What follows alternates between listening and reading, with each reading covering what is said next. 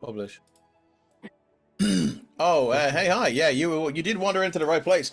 We're live. Is this thing on? Good evening. You're very welcome along to the Sopherone Saga right here on the Emerald Collective.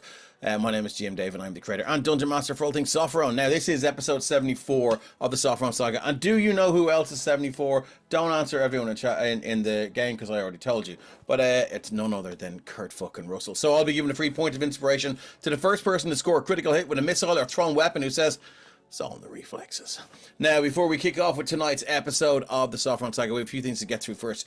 Nominations for the Crit Awards are now live, and there's only a couple of days left. So if you'd like to vote for me or any of the other GMs in the categories and players and Technomistresses and Mancers and all that stuff, you can follow the link that will appear in our Twitch chat over there, and we'll take you to the nominations page. As always, we really appreciate both you and your support. You can find our first foray into the world of podcasting, where you usually get your podcasts. No Silver Linings is a Call of Cthulhu podcast by Mark Carrigan of Shunnock Games and featured 15 episodes of bone-chilling horror set in Silvermine, County Tipperary in 1919. You could also catch the Violet Madness returning to the Emerald Collective in podcast form. Episode 0 recaps the story so far and sets the scene for the adventurers' quest to rid the land of Castonia, the magical disease known only as the Violet Madness. Episode 9 is available on all platforms, with episode 10 having just dropped over on a Patreon. I think that might be even further along. Anyway, speaking of Patreon, did you know we have one? Well, now you do. You can head on over to patreon.com/the Emerald Collection. Depending on the tier you choose, every month you'll receive original battle maps, magical items and monsters to use in your games, and even bonus maps with variant versions. You'll also get access to the latest podcast episodes 2 weeks before they drop on the regular platforms. We offer discounted rates on selected items and Drive-Thru RPG, Friends of EC rates with our resident cartographer. Back there, it's a map. And artist Liz Shangavi, formerly Zorp's Art. We'll even give you a shout out on our Twitch stream to say thanks for supporting. Tonight's shout out goes to Phonosaurus, and you're even on there. Thank you very much, Phona. We appreciate your support. If you don't have the coin to spare to sign up for higher tiers, you can still hit that $1 tier, show your support. But wait, we also have a free tier you can sign up for.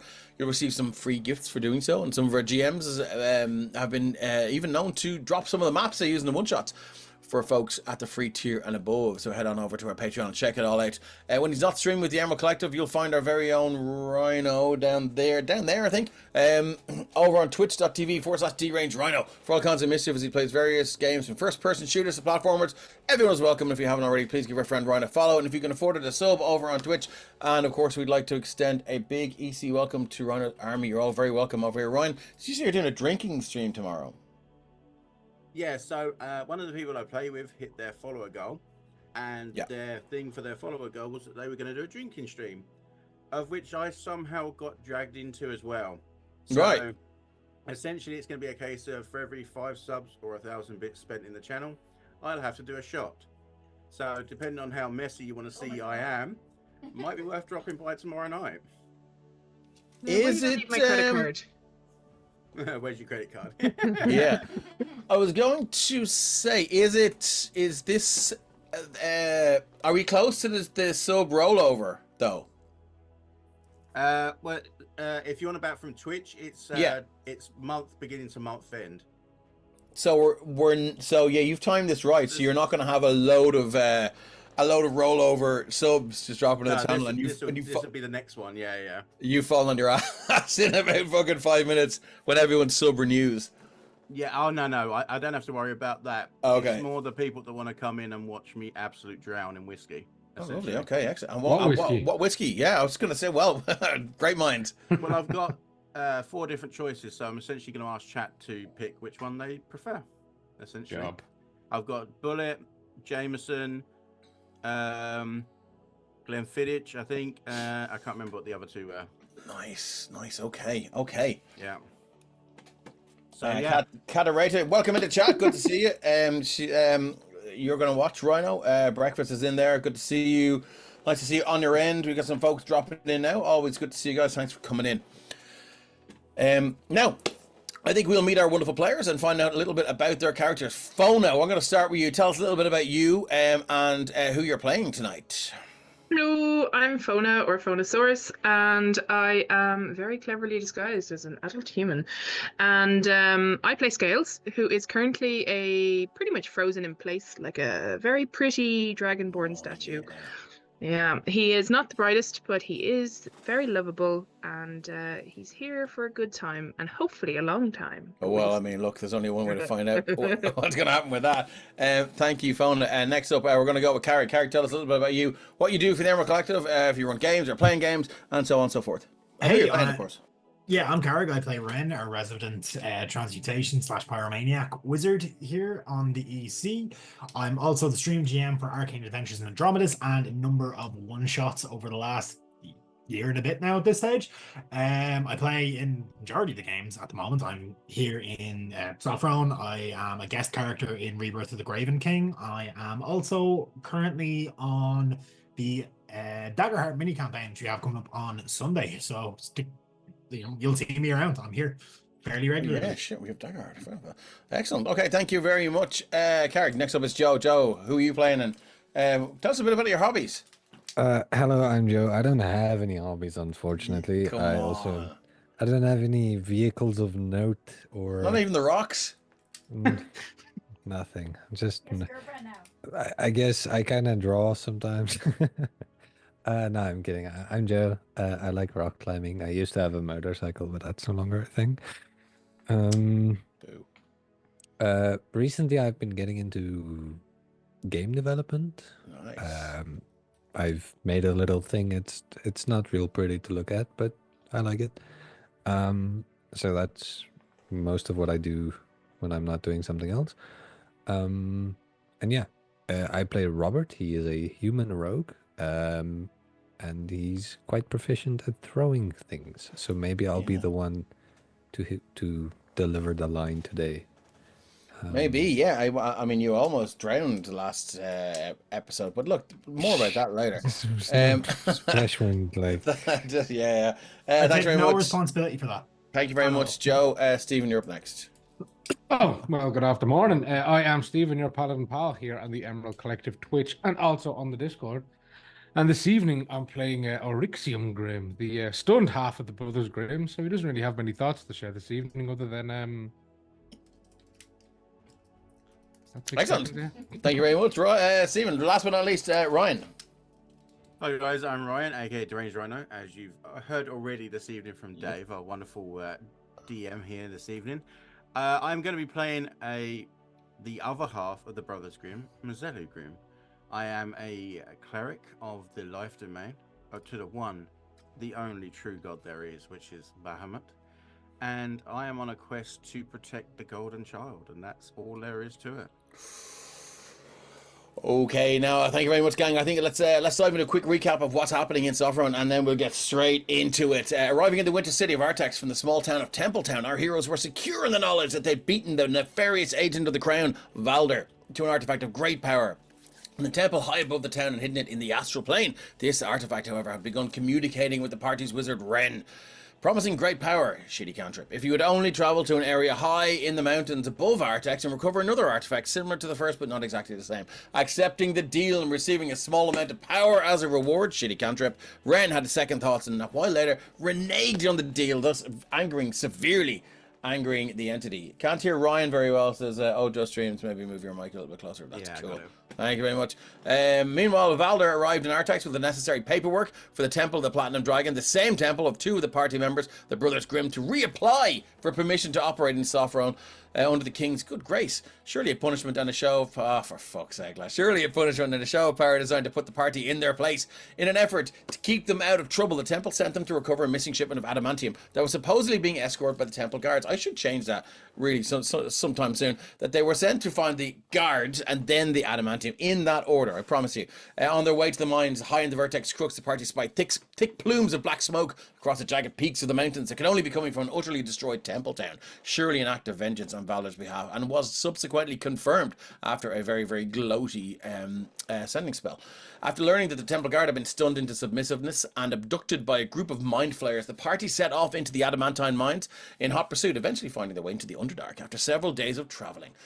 But The Underdark is no joke, battling boulettes, greater ropers, drow scouting parties, and even the vengeful imp, who is coming back. Don't you worry, breakfast, it's coming back. They used to take residence in the Carved Witch's House of Horrors. The party stumble upon the body of a fallen paladin, carrying details of a possible resting place of a holy avenger longsword. Sailing across the obsidian expanse, a subterranean sea that mingles with the Shadowfell, the party fought off an onslaught of bloated ghouls and a dreaded Nightwalker. What do you say? Up the king. Hug Hug the the king. Pressing on, they finally found the Mind Flayer colony and chose stealth over slaughter, but sadly stealth did not prevail. So, now chaos abounds as the whole colony has been alerted to their presence. So, I ask you all, what is a collective noun for a group of intellect devourers? What is a collective noun for a group of Mind Flayers? And what is a collective noun for a group of several dead adventurers? Well, there's only one way to find out. Let's play some D&D, motherfuckers. We are going straight back into combat, and I'm going to change this lovely spa music to death music as I scoot down and look for battle music. We're back to... Do you know, will we do something else? Will we do pirates, Vikings, Tear in the Woods, or skirmish? Let's do skirmish. If we don't like skirmish, we'll change it. Yeah, I'm feeling that. I'm feeling that now. Okay, let's get our turn order back out. So this is another round. Can you up that that round to round 3, please? As our Mind Flayer assassin is still banished. So that will move us on to Ren. Ren, what are you doing? So yeah, this thing is banished, and Ren is going to communicate that to Bob. He's going to basically gesture at the kind of 5 feet before him, and he'll be like, something very lethal is about to reappear here at any point in the next minute or so. Fuck everything else up. Fuck everything else up. Ren, what are you going to do with your turn? Yep, my turn. This guy here is... How's he looking, Dave? This guy here, well, how's he looking? He's looking at you. What do I do? Shift C. There we go, Shift C. He's looking at you. His sort of slithery purple and moist and wet looking face now. You can see these black pits for eyes with these 2 red dots just looking at you. And you do feel a kind of a probing in your mind, but these tentacles again almost tasting the air like a snake's tongue as it stands and it's looking towards you. It does throw a glance over its shoulder from time to time, but it is moist indeed. Katarina, now you're in the right place. We use a lot of adjectives here. It may, I mean, look, do with that what you will. It's hurt. Badly, or like kind of in the... It's hurt. Okay. I don't really have... I have to save spell slots, so I am going to... For what? Yeah, you know what? I know there's more here. Fuck it, I'm gonna just throw a shitty cantrip. Alright. Is Fireball. it the same shitty cantrip you sold your soul for? Yeah. No, this it's is not one actually. that the no. other one you Pre-equipped. sold the soul for. Okay, This so is the you're one I at burned. This is the one I burnt a house down in session 1 with. That's 21 points of fire damage on a 20 to hit.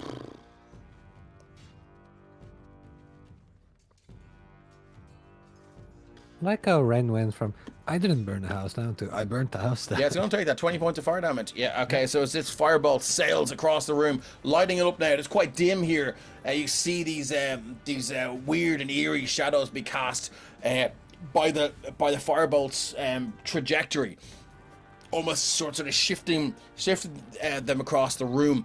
As this you light up this Mind Flayer now, it thrashes around, but again it emits no sound. I think you do, without making an intelligence saving, so you hear like faint screams in your head, but there's nothing audible to your ears as it thrashes around and quickly puts the flames out. It looks hurt, but it's still going. Anything else? Okay. Let me just check. I don't think as a wizard I have like fuck all bonus actions, so I am going to go 5, 10, 15. Back around here. Okay. And that will go to 3 because that's how many rounds it's been. Okay, Robert, you're up. I can't see any guys currently. Can you point me towards a dude? There is light here. Well, I mean, if you can't see with your token Yeah, but I vision, mean, like, just like a general direction that I can move in to see someone. Because I would know that I would say head east. east. Okay. Welcome in, Dino Bags. Thanks for the. I think you gave somebody a boon there. That's west. I'll head Wins like Azul. right here. Yeah. Is this big guy not friendly? Oh, that's west that you went. Oh, sorry. East is I to was your right born there. in the south where the directions are different. Okay. I didn't know that was a thing. But all I right. don't think it is. They're reversed, obviously. Like. Just because your yeah. water they're goes upside the wrong down. way Yeah, round just because the doesn't mean- toilet goes around Yeah. the wrong way. Okay. And that's it is the wrong way. Oh, there we go. There we go. Now you can see this guy. He's in good form, but bad shape. Okay, well, I want to. He's very proud of that skull belt buckle that he purchased in fucking Hot Topic. I mean, I I guess we'll see. Just because I'm interested, based on what we know about Mind Flayers, I want to see how he reacts to psychic damage. Sidekick damage. You're going to get your Sidekick damage. Yeah, excellent. Yeah. Okay. Okay, cool. So 2 ghostly daggers coming at him. Coming at him like Cleopatra. Let's just see how he is. 18 to hit. Senses, languages. 18 is a hit. His AC is 15. I just want to see how he feels about psychic damage. I mean, this is. I'm kind of sad that. Magic resist. I should have fucking. Oh, there's no 7 to that. Okay, yeah. Look, he's going to take all of that. How much Hold damage on. is that? He doesn't take 18. He only takes 5. 3 from the. Oh wait, no. Yeah, he takes 5. Okay, minus 5. I don't have an ally within range. That's okay. But it's 5 points of psychic damage. Yeah, he takes it, and you do hear a quick screech in your brain as he does react to that. Sorry, David. It's 5 plus 2 because it's a thrown weapon. Okay, quick maths. Another 2. Sorry about that. He's not in good shape, and you can see now there is some sort of purple and pink foam just sort of leaking from the orifices in his face. Yeah, it's 2 ghostly daggers though. So second one Oh, here we go. Second one. Okay, misses. Okay. excellent. Anything else you'd like to do? Cry. I don't know. Okay, bonus action cry. Celestial Spirit, you're up now. The best thing, the most powerful creature to ever grace Sopherone Saga. He's The a fucking Celestial. idiot, is what he is. Let's be honest, he's a fucking idiot. Yeah. If you asked him to butter toast, he'd butter both sides. You ask him to butter toast, he'll ask you what butter was. It's the Defender Celestialist that sucks. I think the other one's actually alright. Thank you very much, Ravens Ranger, for the sub. You can gift inspiration to anyone who doesn't have it. Today I ordered a burger with spicy sauce, and then they gave me a burger and they gave me the spicy sauce separately. Okay. Sorry. That's all right. He would do Moving the on to same. the Celestial Spirit. He's just going to move to interpose himself between Scales, who's not able to do shit, and what he can see as a threat, because he's useless and can't do anything else. Okay, no worries. Thank you very much. Moving on, Erixium, what have you got? Well, Kyle, he's stunned. Oh, you're stunned, so you can remake that saving throw. That's DC 15 intelligence saving throw at the end of your turn. Intelligence. Oh, yeah. Oh, nat 20 for a 25. Because you got a nat 20 now, I'm going to reward that and say you can use a bonus action this turn if it will help.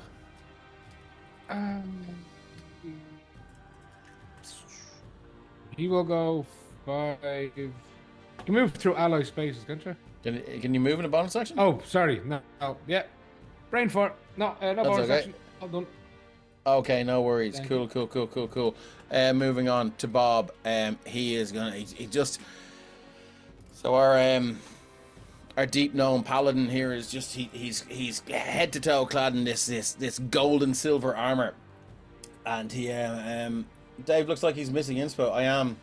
Who Don't you got fucking that? dare. Whoever Who said got that, don't you And dare. that's rep.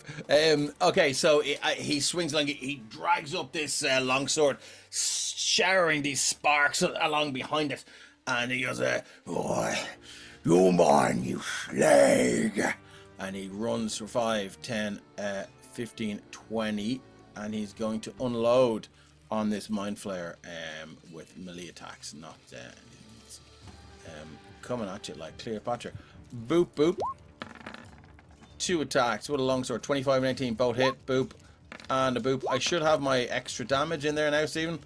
You mentioned it last stream. So that is 13, 14, 18 points of damage. And to Bob, completely carves this thing up. But just with one fell swoop, he runs past it and cuts through it, turns around and looks at it, throws the longsword back in its sheath, and he just goes, "Often you should split."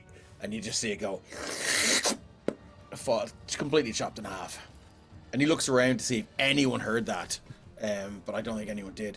I have a very high passive perception. Okay, so I think you might have heard it. Yeah. So. Oh, wait, Bob finally got a kill. Nice. So who got a boon? Ren. Ren got a boon, and who got that? For fuck's sake, you bastards. Okay, cool. So I do. So we are. That Mind Flayer is gone. So we're on to the Mind Flayer assassin. So I'm going to go. We're other than the Mind Flayer assassin right now, we are out of turn order. So what I'm going to do is, are you going to wait? What are we doing here at Ren? So Ren's not going to unbanish it until he's certain that everyone is ready to continue the fight. Me. So, is there anything we can do to try, like, jolt Scales out of the stun, like, give the help action on the save? Yeah, I'm happy to say you can do that. Now that you're out of turn order, if we were in the middle of a combat, I would say no. Just because things have calmed down a little bit, I'm happy to say that you can give Scales the help action. So moving on to Bob. Scales, you're up. You can make your intelligence saving throw with advantage. Ren is like licking his finger and putting it in your ear or something. The way Ren would do that is probably using his own like minor telepathic abilities to kind of like. No, it's knock on. It's knock on. Here we go. Come on. Advantage. Nope. Okay, you are still stunned, Scales. Mizelu. We can get rid of that purple dot now because there are no enemies for you to cast spells on. Well, some of these friends could be enemies. We don't know. Hey, frenemies. Hey, Morgan, thanks for coming in, bro. Good to see you in.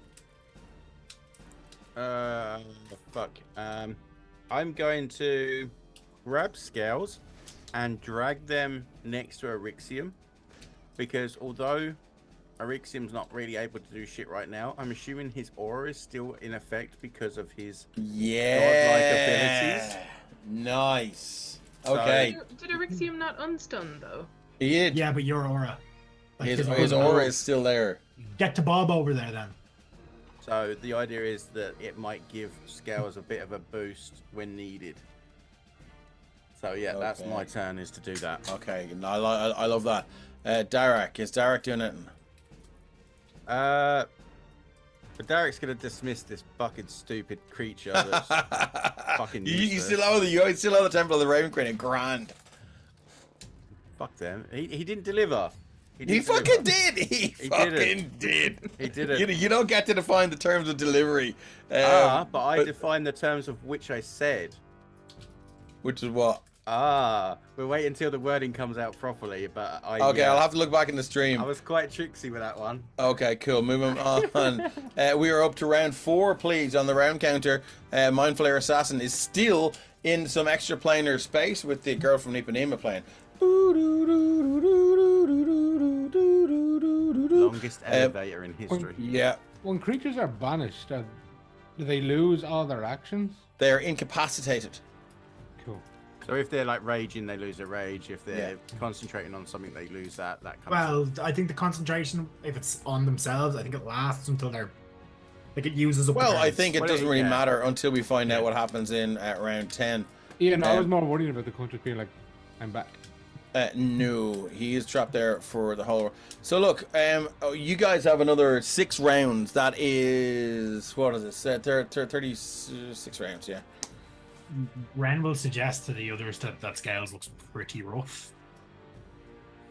But quality reference breakfast. I got it. What are we doing? Are we waiting for it to come back or what? Yeah, that's what I want to know. Ren will walk. Because Ren knows. Yeah, Ren will walk over to the spot, and then he'll kind of like do like a hand gesture circle as to where it was, and be like, "Group up and fuck it up." Where was it? It was here, as far as I'm aware. Okay, cool. No worries. Robert, you're standing there. What are we doing here? I will stand back, Is but everyone it'll go- suggest the melee players Okay. to group up and Everyone fuck it is up. going to arrive back, and it will arrive back on its turn order. I assume it's going to be met with 1, 2, 3, 4, 5, 6 held actions. Yeah. Yeah, because that's how banishment works. Okay, put yourselves where you want to go. Carrick says it's on the 4. Is that right? It should be on the 4. Okay, cool. No worries. Dave, If I'm we not not- back in 20 minutes, call Was it it- president. was it in the turn order before or after scales? Can you remember? It is at the top of the turn order. It's 23. 23. Oh, okay. So it will hit 10 rounds before scales hits 10 rounds. We would hope so. But I think what we'll do is we'll give you another. Bob will move over to you, Scales. So that gives you, what is it, 5, 10 plus 15? Is that right? Plus, No, plus 10. Yeah. Okay, Plus so 10. we need an intelligence saving throw with advantage plus 10. Come on. Oh, now I get a good roll. With No, you advantage. got a 28, two. you made it. You got a 2. Oh, with advantage, Advantage, 18. no? Yeah, 28. Sorry, yes. Yeah, Scales, you are back. And it's like, ooh. You look around you and you can see the bodies of like several dead Mind Flayers, dead Duergar. The smell in here is still the same, that sort of sickly, sweet, rotting smell of it smells alien as well. It's quite odd. But everyone they seem to be sort of hyped up and waiting for something. Yeah, Rand will explain to Scales really quickly what's about to happen. Okay, And, cool. So that'll put withstand. you guys put your tokens where you wish, and I'm going to speed us through to round 10. Now, what I will say is that like there are 6 more rounds where things are happening down here. I'm considering maybe like considering in this weird lab, trying to fuck with the like machinery to try and get it to. Already been fucked with. I blew it up. Oh yeah, that is blown up. Sorry. Me. Okay, There are cool. potions there we haven't looked at yet, but like There we're in the are. middle I of mean, combat. there was large explosions. So I'm going to move on. We are back here. Can everyone tell me what your held actions are, please? Dyson. Firebolt. Okay, so spell attack and mostly melee attacks, is it? Smashy, smashy. Smashy, Mazellu. Both Mazellu and Derek have got a secret flame ready. I should probably Okay, stand lovely. a bit away to do a thrown weapon instead, but Is the Bob it's getting in on definitely the not because dog I'm pile? cowardly. To Bob, where is he? Will, yes, of course. Sorry, I need to do. Yeah, let me just move him back. Token. So Bob is going to stand around about here. And here we go. In 10, you hear the echoes of do do do do do do do do do do. And there is no shit. noise, but it's in your head. He returns here. And I'm going to shift. Oh, shit. Shift to him. And you can see now he's wearing this sort of dark black leather armor with this sort of lighter black, almost like dark grey cape. He has these 2 soul knives ready to go. And he looks around. And it is his turn, but he's going to be met with a shit ton of held actions. Let's go. Oh, yeah, I know. It is sad for this guy. He has a family and friends. And I think I don't it's, care. And they it's all actually deserve him. to die. Oh, wow. Okay, 18 for Firebolt. Yep. What's his AC? Let's find it. Sorry guys, I thought the 4 was on it. His AC is 15 with studded leather. Oh, no. He's got a little Hoosha Magoosha here. What did you do? 20 fire damage? Yep. Extract brain, spellcaster and bonus actions. I think what he's going to do is he's going to use his. No, he'll take the 20 fire damage. As you shoot your firebolts across, that is a hit. He does light up, and you can see some of the tentacles now. The smell is just beginning to waft out as this skin begins to dry and burn and sizzle. He does scream, the psychic scream. Moving on to Robert. Your held action. His silver daggers are returning. That is a 10 to hit. Unfortunately, that is a miss. No. Brixium. Well, I think he was positioned wrong, so swing and a miss. Sorry guys. Unfortunately, you could only base it on what our player thinks. To Bob is going to. He's going to take a swing. He's going to take. Okay, so with a held action, you can make the attack action. Does that include your No, extra you can, attack? no, you can just take an attack. Okay, bish bash bosh. That is 23. It's a good one. It's swinging a hit. We're going 11 slashing and 1 radiant, 12 points of damage. There is a sickening wet slosh as this cuts through deep through this this leather armor, and you can see now this purple viscous fluid just pump out as whatever sort of circulatory system it has in its body. It's just it's now expelling fluid through this this wicked laceration. Moving on to Scales, what have you got? The turtle makes a beautiful swoosh noise as it goes through the air. Yeah, unfortunately, Mazzellu.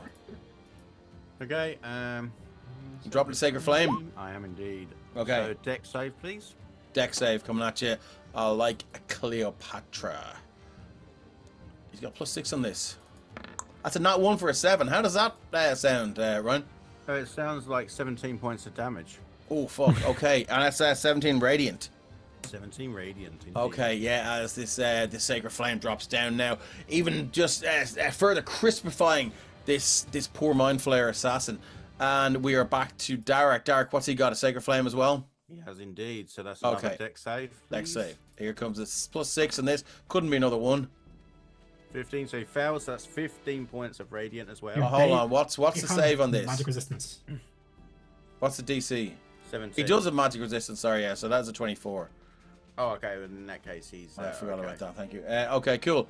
Moving on to the Mind Flayer assassin. He looks around, takes in everything. He's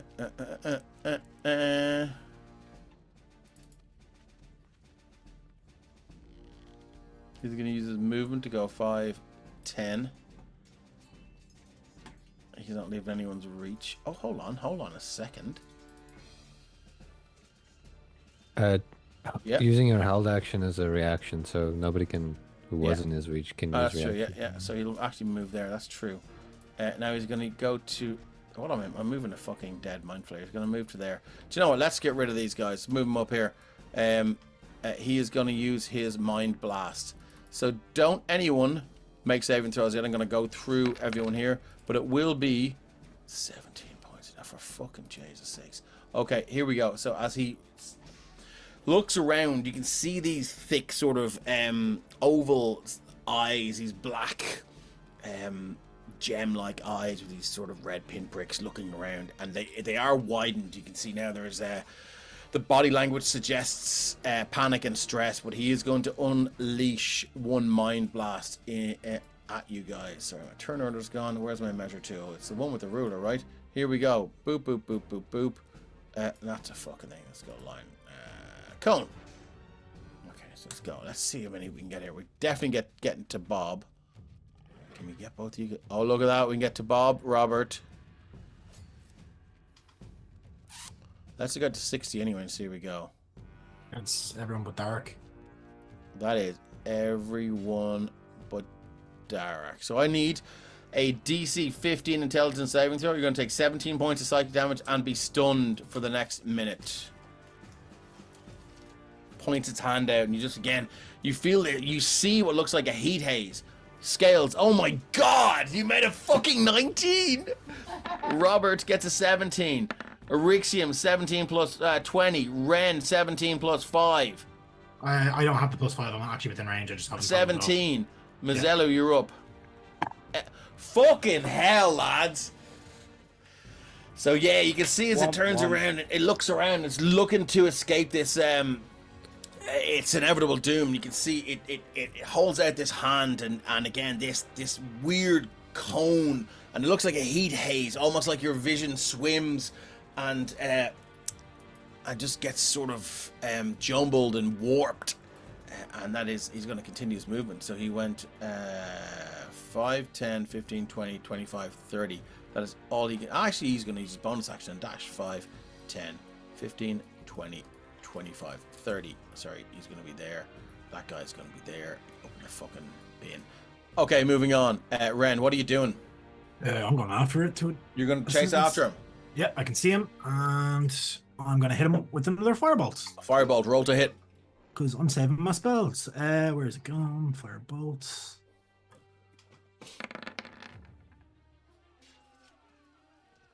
13 is that a 1? No, it's a. That's a 4. Okay, that is a miss. It sails harmlessly AC by. was. Would a boon make the difference? His AC is 15. Yep. Drop a boon. Drop a boon. Yeah. That is a 4. Okay, so you shoot your firebolt out, and it sails straight down the path. It looks to be a miss, but some higher power, some chat-based power, redirects the trajectory of this spell. It hits in for how much damage? 17 fire. Yeah. Fucking hell! It drops. It's kind of gliding at full speed, and it's thrown forward now.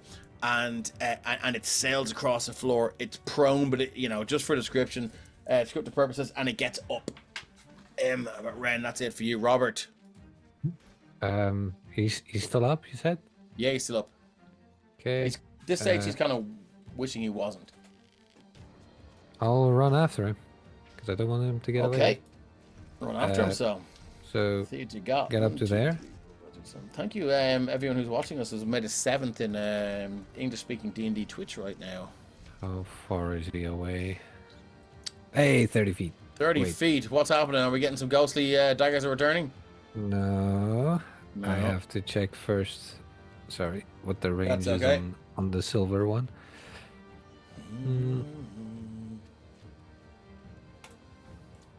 Silver one, it's 2060. Ghostly ones. Hey, it's 30. Okay, I'll use the ghostly one. Okay. So, And I will bonus action insightful fighting against this dude. okay. I love it. So he has to make a deception check. Okay, I think he might be alright, these. Against your insight, which is 17. Okay, let's see what he's got here with a deception check. Skill. Oh, deception plus 8. How's it Yeah. 24? I somehow roll a fucking 17 with a Yeah, I mean, plus look, I mean, given this creature, like its whole body language is different. It doesn't, it doesn't really have any facial expressions to read. This one is quite difficult for Robert, and I can see why. So unfortunately, you will not get your sneak attack in this one. But it is, I think it's only got 5 hit points left. So I mean, let's see what you roll. Okay, let's go for it. And no advantage either. Just normal straight roll, but it is 2 ghostly daggers, so. Yep. Sorry, ignore the sneak. A 25 to hit. For 6 points of damage. It's 8 points of damage. 8 points but of yeah, damage. Fuck that guy. That is enough to fucking do it. What does it look like when you when your ghostly dagger kills this Mind Flayer assassin? I think it's more like a underhanded throw, like long hob, like Yep. lob it, like long hob. So he like underhand throws it and it goes.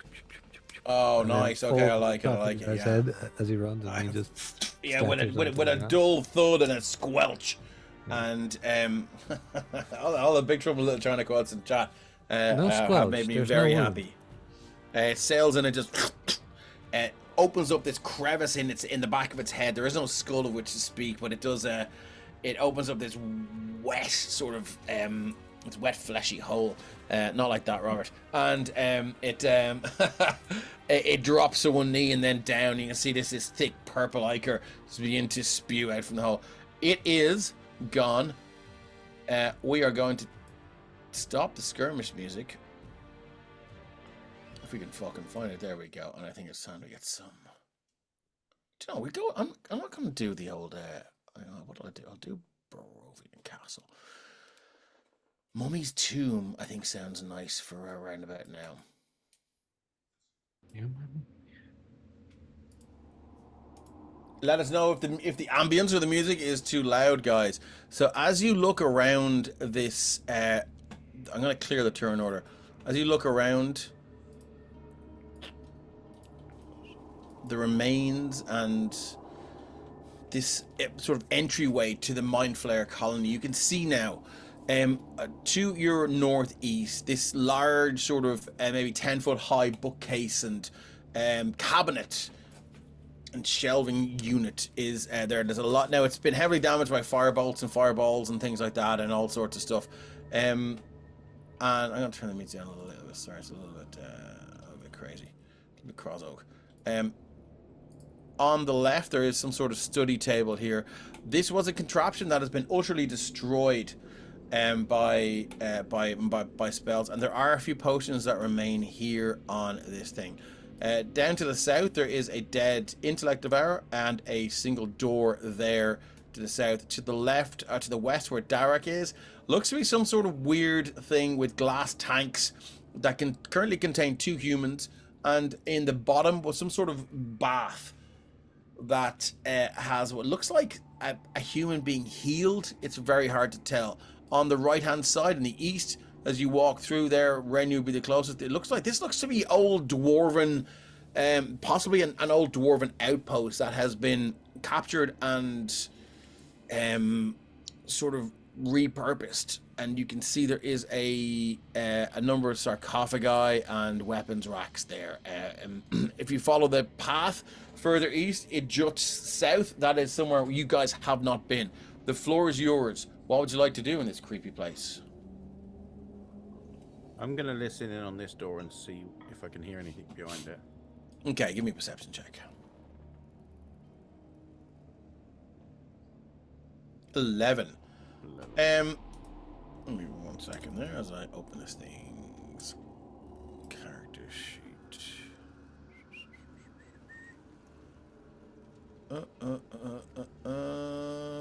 You hear kind of a faint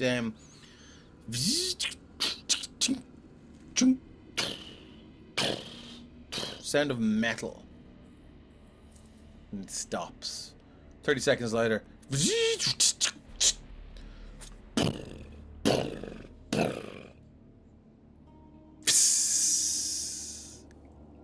I've played enough Skyrim games in Dwemer Ruins to not like where this is going. I just walk back past the Rixium and go, don't go in that fucking room, for sure.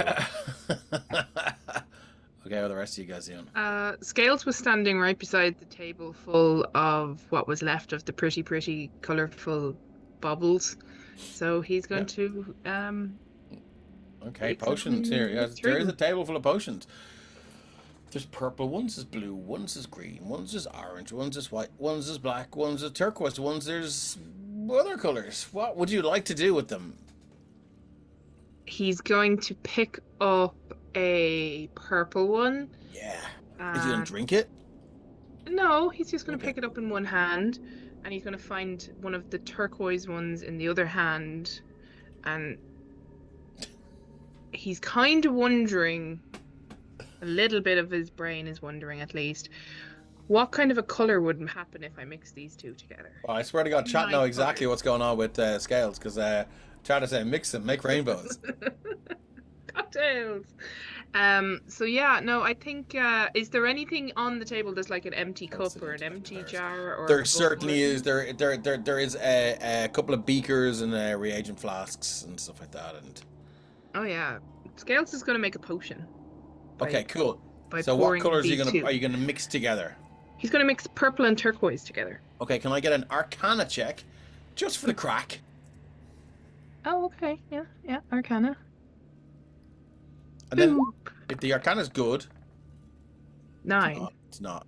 Okay, cool. Now can I get a luck check? Would you like to tell me if odds are luck or odds are good or evens are good on a d20? Odds. Okay, let's roll d20 and see if odds are good. Odds are good. Odds are good. Whoa. No, even. But I always reward a nat 20 on a luck I got check. enough. So, okay, cool. You can say you can if you want to. Now it's going to take you. This is a sort of a bigger potion than you would normally have. Like, so a potion of healing would be about yay size. This is like an XL or super size potion of something. So if you want to write down, you have Mind Flayer cocktail potion, and XL. you're gonna need to find a stopper, which you can.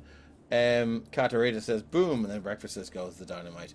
Indeed, you can call it Mind Flayer cocktail potion, whatever you like, but just and you've stoppered it now. It is so potion bottles are notoriously hardy. You can fall on them. You can probably they can get hit with a weapon. They probably won't break. But this is a reagent, a proper sort of It's a thin glass flask. Okay. So if you fall over or get hit, it might break. Unless you've got a bag of holding. Well, I don't. Where would I get a bag of holding? I know, right? Okay, cool. What's everyone else doing? I'm rifling through pockets.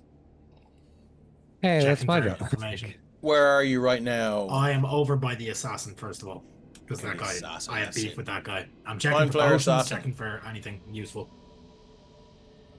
Okay, he is wearing studded leather armor +1. Okay. He was using soul knives, so that's there's nothing you can do with them. Yeah. And he does have 2 unnamed potions on him. Do they look familiar? Is that anything we've seen before? They do not. Can I make an Arcana check? You can try. Sure. Yeah, where is my card machine? There. I opened a separate tab for once. Arcana.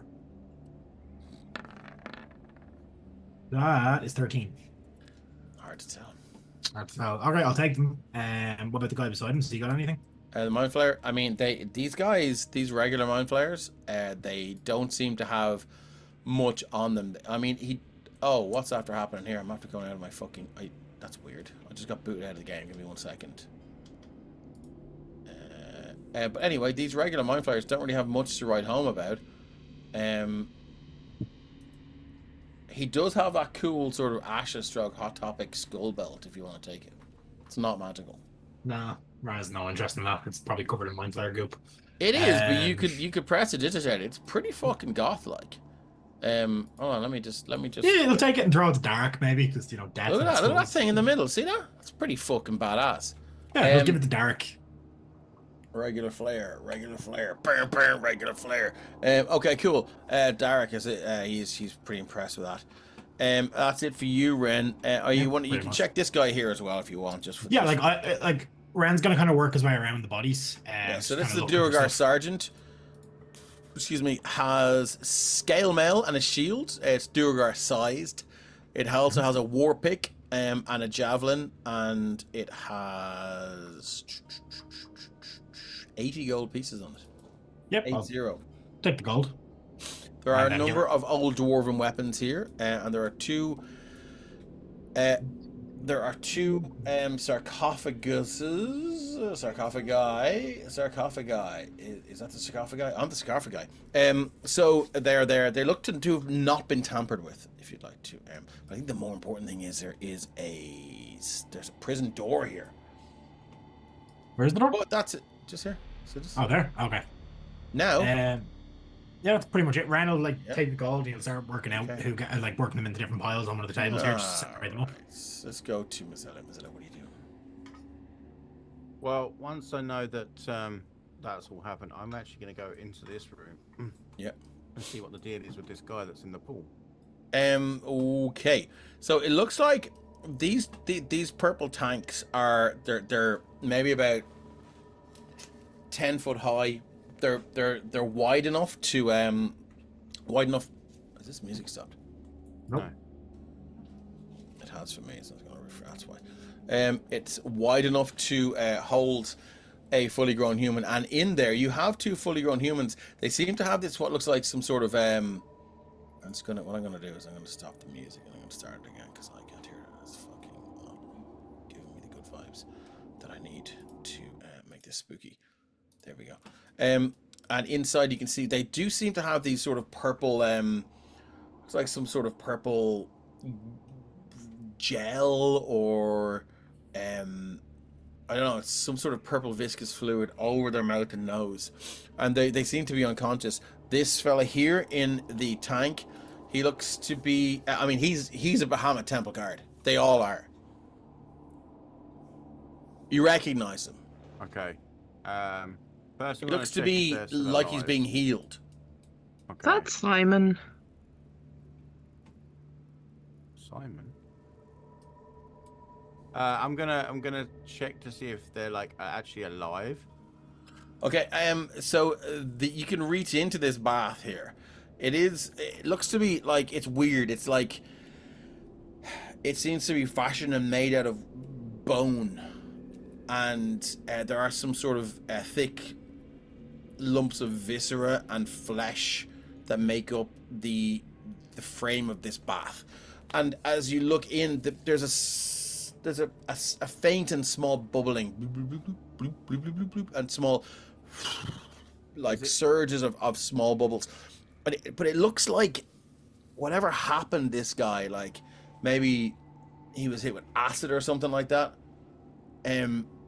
It's like they're restoring his features. Okay. Is it glass or is it like a metal tub?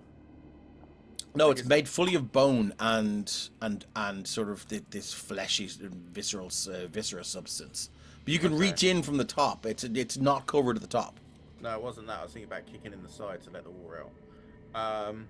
Yeah, I mean, you can certainly try. It would be quite difficult given it's mostly bone.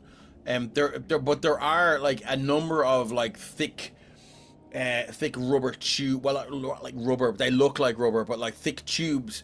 They seem to be biological in origin, moving from tank to tank, and finally all converging on this here tank.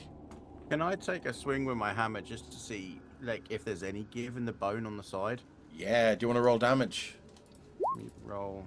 Oh, fuck Don't it. worry about rolling the hit. So it's only a 2. So That's a 2 damage. bludgeoning damage. Yeah, you chip a lump of it off, and you can see some of this sort of this bright blue fluid begins to just ooze out. Okay. Looks like if you left it, the tank would be empty in about an hour or two. Okay, I'm gonna fucking keep hammering it on this then. Yeah, it doesn't take long, and until like you can see a fracture down one of the bones as you swing again, but it is like resounding crack. It's pushed inwards, but the pressure of the fluid just pushes out, and you can see now like Neo just being deposited from that pod in the Matrix. He's sloshed out now with the water, and he lands on the ground here, still for all intents and purposes unconscious. But this apparatus is now ruined, and this part of it is ruined, and you can see he's just lying on the ground now. The water seems to cling to him a little bit. It seems to be more viscous than water, so it does kind of sort of stick to him. And you said there was a purple thing over his mouth. Is it still there? Yes, it is, and there's a purple thing over the mouths of the two Bahamut Temple Guards here and here. Let me just do a little there. There's an X there and an X there. Unfortunately, I chose purple. I can't see that. Yeah, at the back too. I think you're too far away to see that right now. Oh, is this in a different part of the map? Okay. It's just the north of this room. You see those purple pylon things? Oh, it's the purple on the pylon. I couldn't see it. It was the same color. Yeah. Sorry. Yeah, that's why I said I think I chose the color poorly. Let me just go with black. Yeah, that's better. Okay, cool. And there. Okay, cool. Can I examine this guy? I want to see, because we know what Illithids do. We've spoke about this before. And yeah, you do I for have had sure. the knowledge and stuff. I want to check like a hole in the back of the head. I want to check if there's any extra space within the nasal passage, like something might have crawled in. Okay. Do you want to give me a medicine check, or if you'd like to argue for another check, I'm here for it. Medicine should be good. Cool. So that's a 23.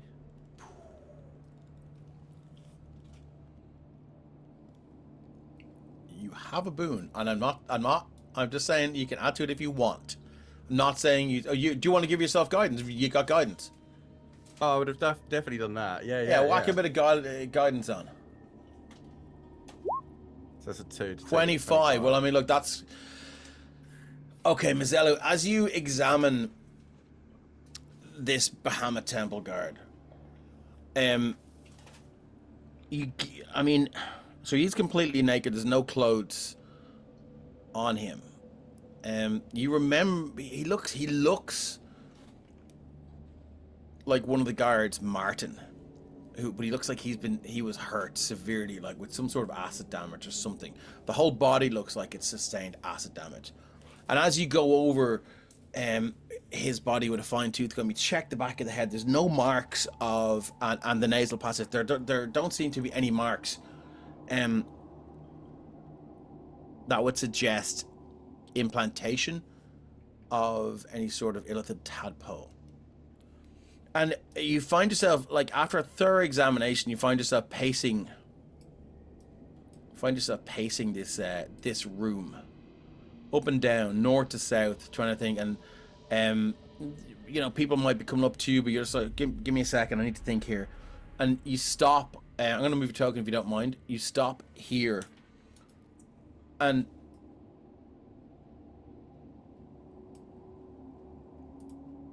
something with that 25 medicine occurs to you. That's Martin in this tank. I figured that was what's happening.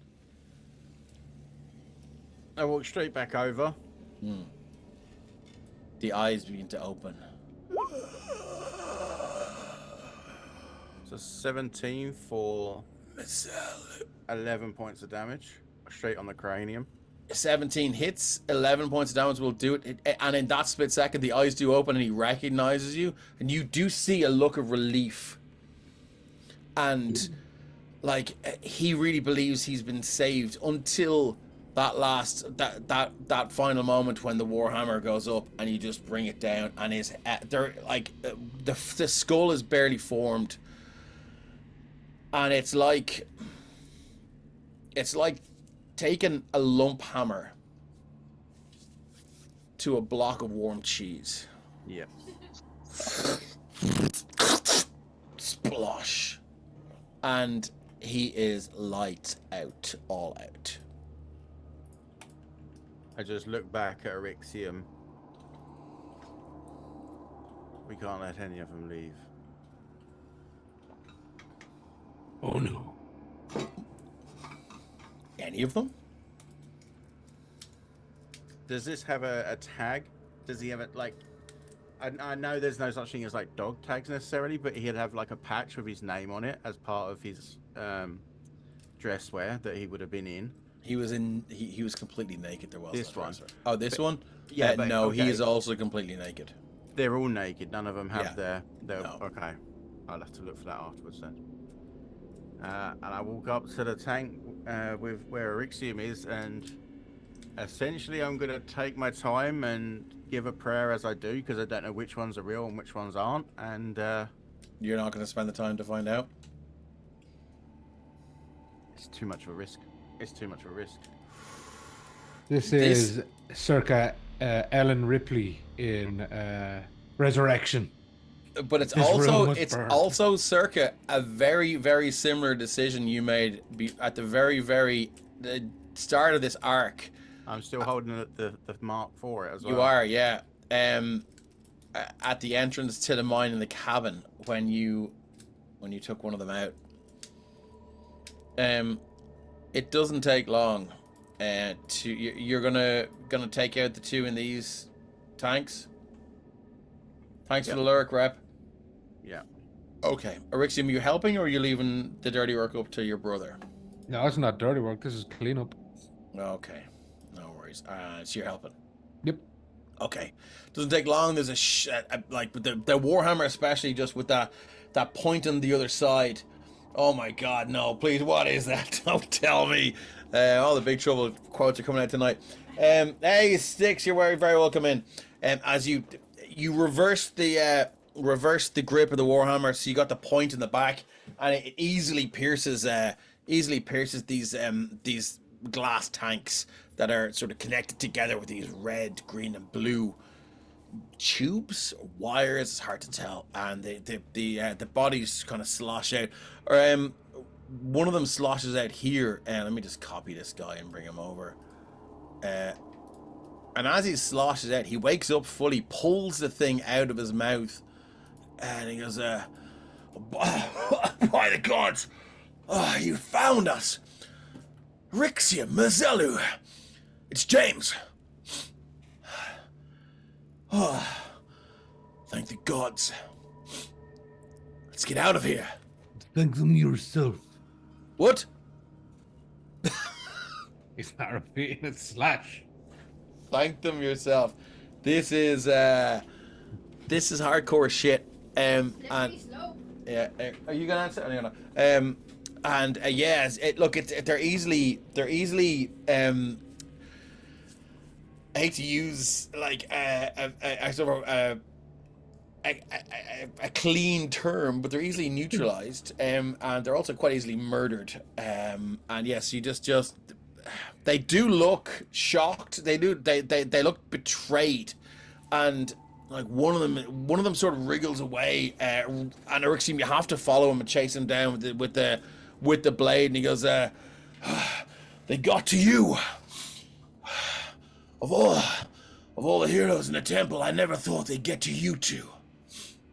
He tries to stand up and he slips in the viscera and he falls down, and Eryxium, you chase him down and you just pierce. Out goes in, guts come out. Yeah, exactly. It's not pleasant work, and there's no there's no sort of divine comment or divine reaction to this, but I mean, I don't think this is easy for either of you. Correct me if I'm wrong. Darek and Ren, I mean, I think you guys would hear what's going on. I'm pretty sure you would all walk in and witness this. Yeah, Ren kind of just remembering that at the kind of the initial thing, and he kind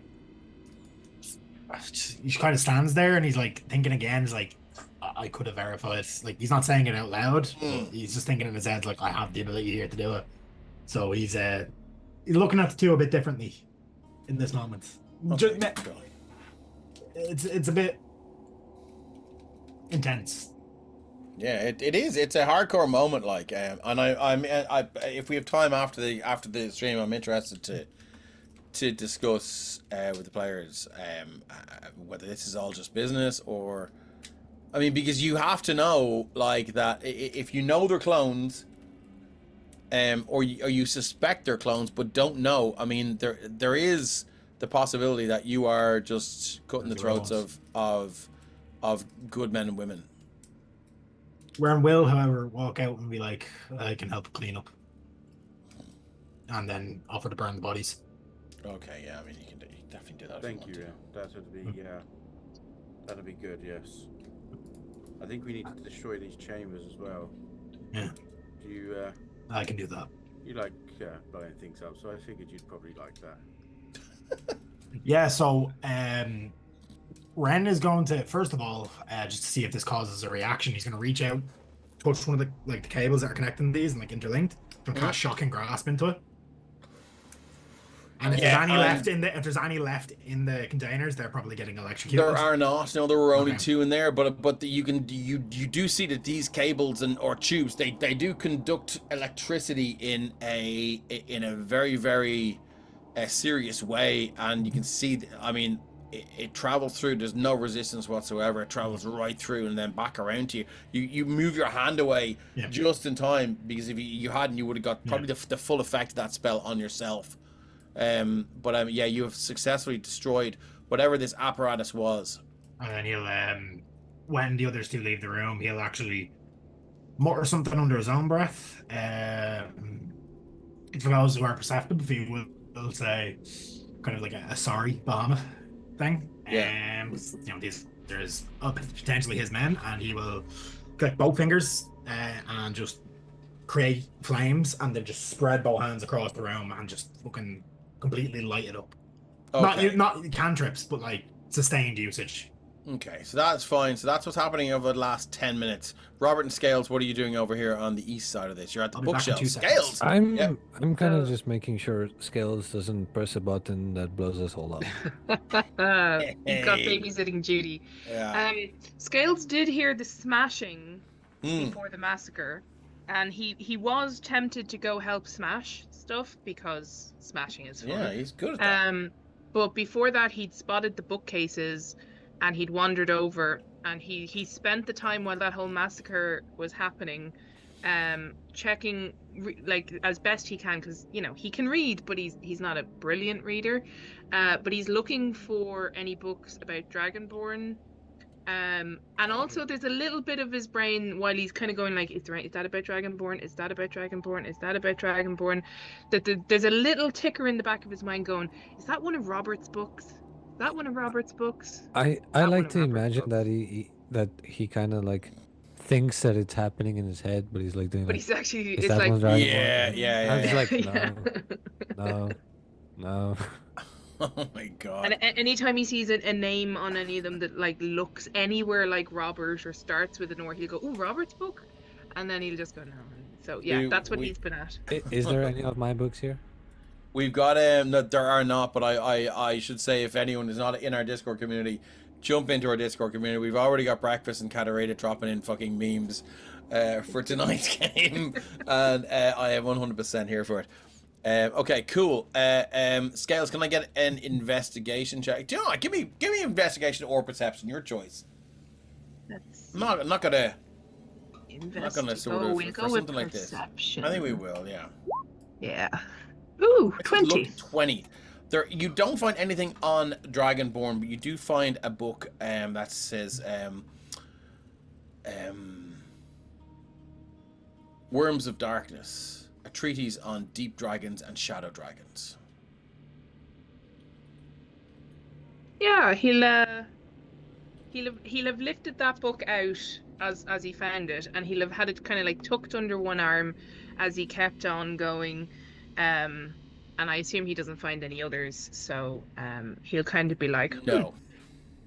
And then he's going to tuck it. He had that backpack that he found back in the cave, and he'd kind of put it on his front like a baby carrier. And he's just been tucking stuff into that as he had them in his hands. So. Okay, Scales, as you took them in, you notice that, I mean, you look in, they're not there anymore, they're gone. Oh. And I think he's been tucking bits and pieces in as it happened, but the book actually he actually was interested in the book, if you know what I mean. Like it was central in his mind. I mean, when you look in, it's gone. Yeah. And now he's like, where did my book go? Oh, and as you consider the book, you reach in and it comes out.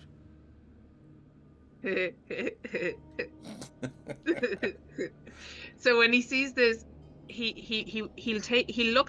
goes to put the book back in, and then he stops and looks at the book and tucks it under his arm, and he's going to reach out and grab any other book because he's beside the bookcase, and he's going to put it in, and then he's going to look down to see It's gone. Yep. Okay, and now he's going to be like, he's going to reach in to see if he can find it. Okay, so you pull a book off the shelves, on the spine it's entitled Carrion Crawlers, why? And you put it into the backpack, and it disappears, and then you think about it. You think about the title, and you reach your hand in, and you pull it out, and it's in your hand. Oh, this is so cool. You have a handy haversack. And Robert is like making sure he doesn't touch a button, but when Scales realizes that this is happening, he's just going to go like a giddy little squealy laugh, and he's going to take off. Like the nearest thing is probably the table of potions, but he's been there and he's already played with them, so he's gonna like take off towards and he's bringing Robert with him apparently. Oh. Off towards the shelves up here, and he just puts the bag over Robert's head. Has Scales not seen Ren using his bag of holding at any point? I just think Scales sees Ren just reach into the bag. Yeah. And, Oh, fair, yeah. He's just got the most fun thing ever. Yeah. Look at this thing, and like, so he's run up to these other shelves, and he's gonna just like grab anything he can reach, and he's gonna start putting stuff in. flasks, taking scrolls, stuff out. tubes. There's a rod you throw in there. There's all sorts of things. There's books. There's animal skulls. There's humanoid skulls. Scales. I mean, anything. If you want to take a screen grab of the map here. Yeah. And you want to, I mean, let's just say the top right set of shelves and the top left table, and you can tell me, I mean, I give Hits a map of drawing, and she adds loads of mad shit, and so even I don't know what some of this is. Hey, Quiva, you're very welcome in. Carrion Crawlers, why is an essay I'd read? Yeah, I know, right?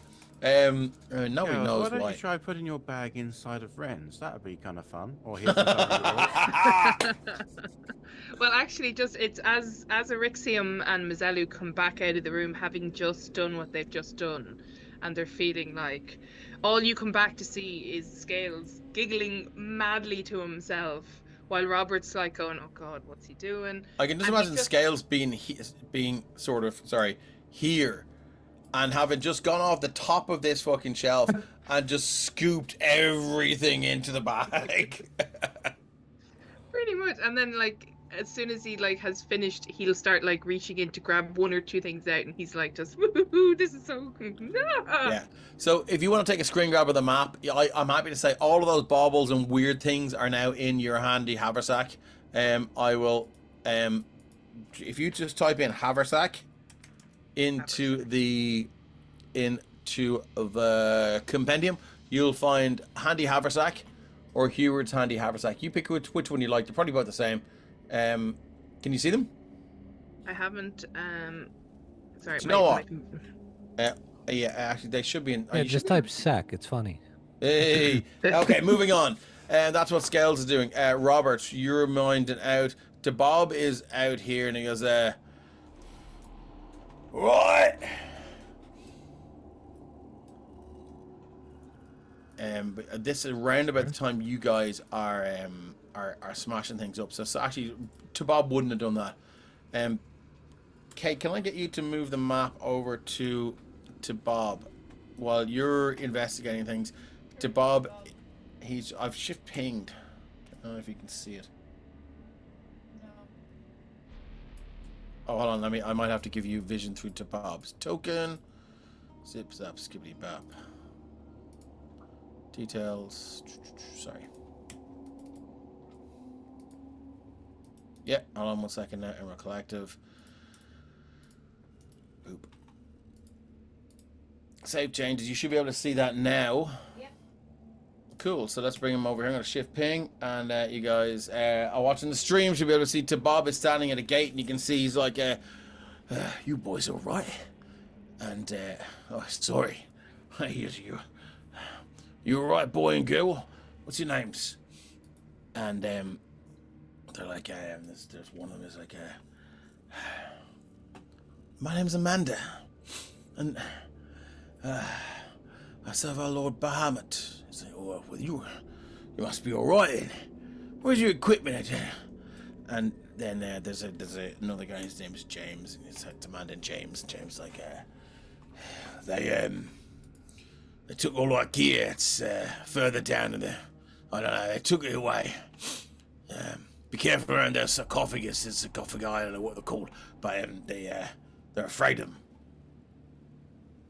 But you let us out of here. Tabab was like, "What fucking can you?" And Tabab unlocks the door. I thought I had a little door. I mustn't have put a door in there, did I? Lighting. I did not. Oh yeah, cool. So they're just gonna walk out. And Tabab sort of looks around, and he tries to get some armor for them. Anyway, they both walk in, Amanda and James. Sorry they have the same tokens, but I have better things. They're twins. Making things. Making tokens for every NPC. And I think it's kind of fitting that they all look the same as well, given what's going on. Bob walks in and he goes, "Oh, I found two of yours. Here you are. That's Amanda. That's James. Scales. All right, Robert. Derek. On We your got knees. What? Not you two, Bob. What's up? You two. On your knees. Hold on a second. What's going on here? If I hear this, Ren's actually going to interject. He's like, whoa. I can detect thoughts here. Like, do you want maybe before jumping the gun and killing, they were kept separately. You honestly believe there's no way they can circumvent your ability? It's worth checking, isn't it? Check all you like. And yeah, Ren will. Amanda stands up and she goes, I said on your knees. I know you. I'm dressed in sackcloth. I have no weapons of which to speak. I shall stand. face If my you know accuser. me, then you know I am your superior. So get on your fucking knees. I know what this place is. How am I to know that you are my superior?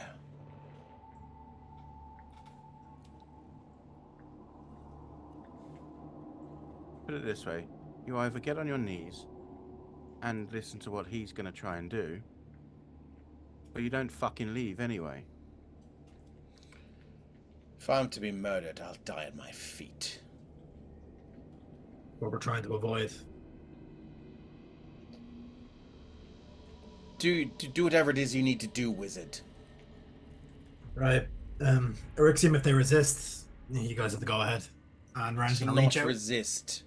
Rand's going to reach out and use his free cast of Detect Thoughts on the one that's talking. I'm just going to hand on the forehead. So I'm gonna give Amanda a green dot. Yeah. And So it's- if it's Amanda that's talking, then it's her that he goes to. do your thing, wizard. Invade my mind. And she does not resist. You can probe deep. Yeah, scanning everything, her entire experience as to what's happened since they got here. Her entire experience, and it, Well, I mean, not the journey, but like any like bits and pieces. He's like pinpointing any specifically like moments of trauma just to detect whether a tadpole's been shoved in or anything. okay, you're only searching for moments of trauma. So there are several of them on the journey, and like, I mean, some of them were whipped to death. Some of them were just like psionically blasted.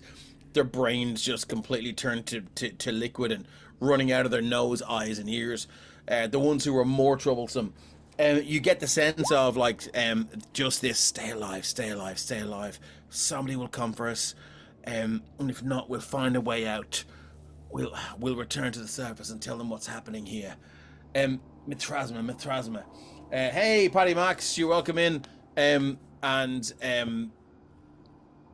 Yeah, and then there's images of them coming. I mean, that area with one bed and one sloth bucket.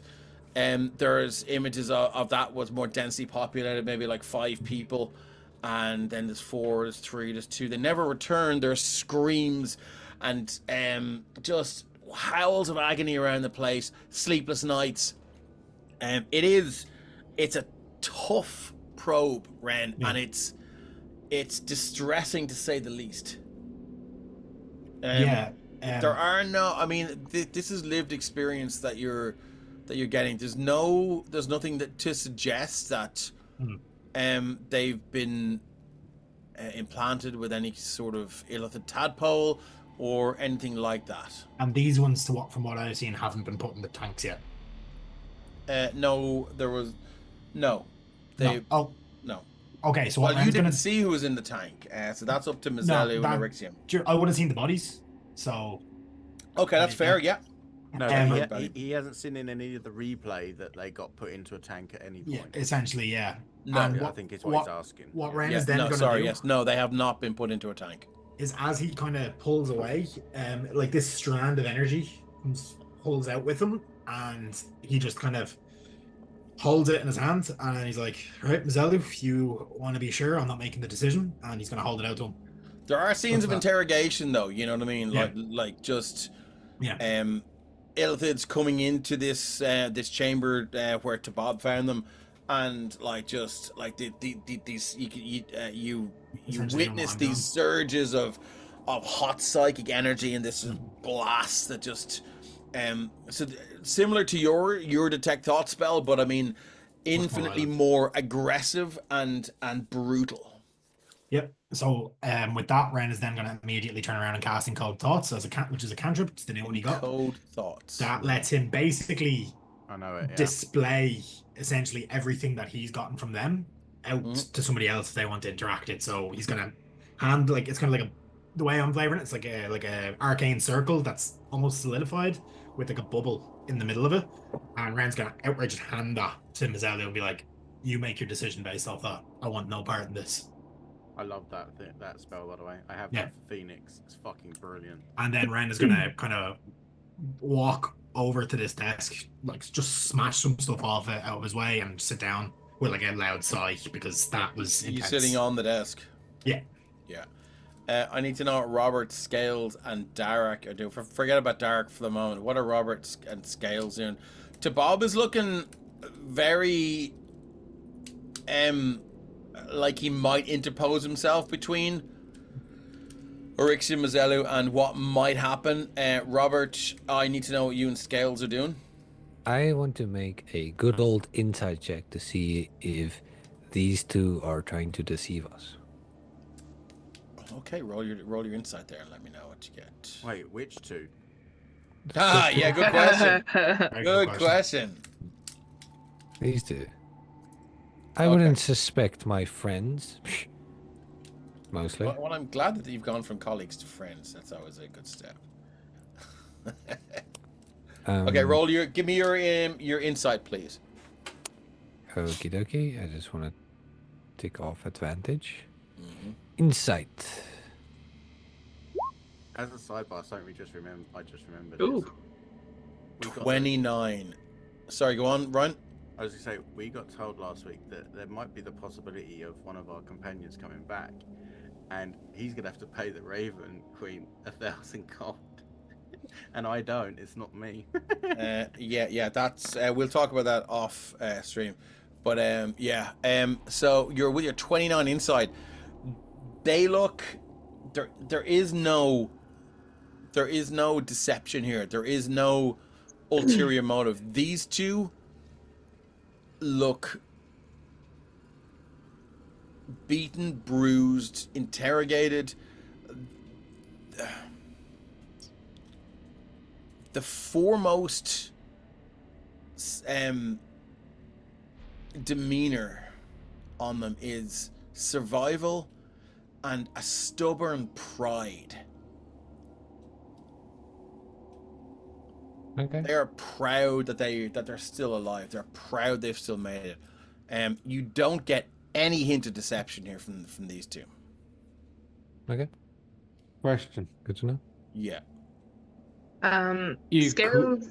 Oh, sorry. Go on. Sorry, it could just be hectic DM syndrome, but the second plausible person that came out of a tube in the last room, you did say it's me, James, and you've named this guy James. Sorry, that is hectic DM syndrome. Sorry, this guy is Just John. have to clarify that. 'Cause, like, My otherwise he's apologies. getting Yeah, fucking sorry, this is shanked. John.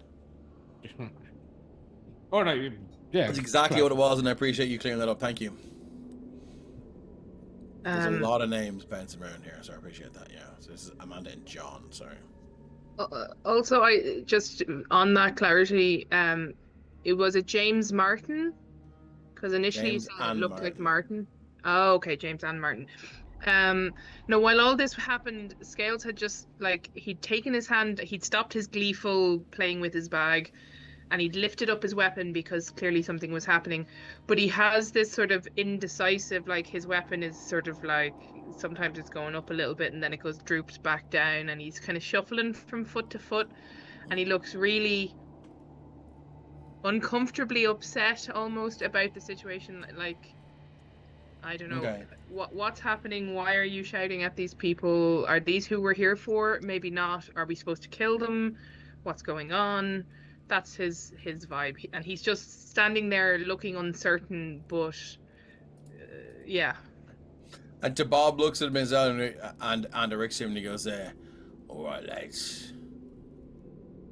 Cards on the table. What's happening here?"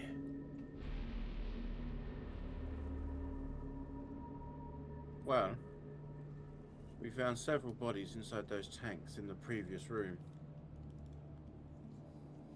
As a result of this, there was 2 of them that were claiming to be the exact same person.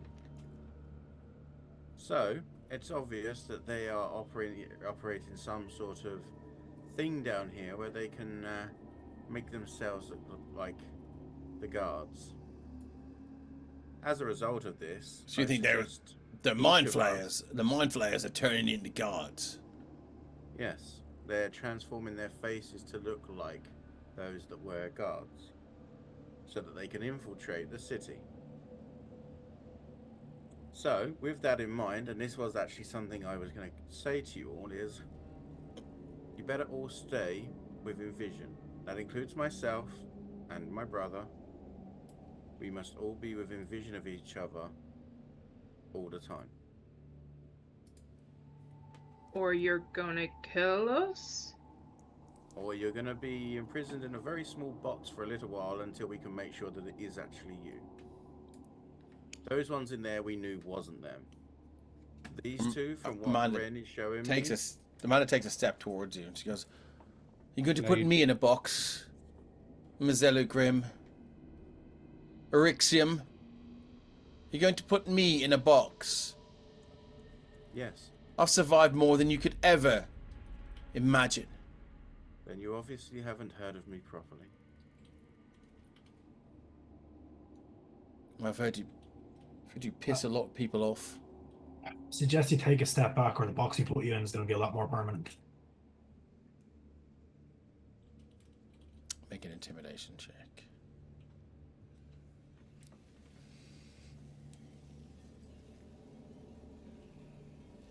Oh, that's investigation. Oops. It's a plus We'll 0, take so I'll the just take the roll. actual default roll. 16 plus It's a 10. No, sorry, it's an 8.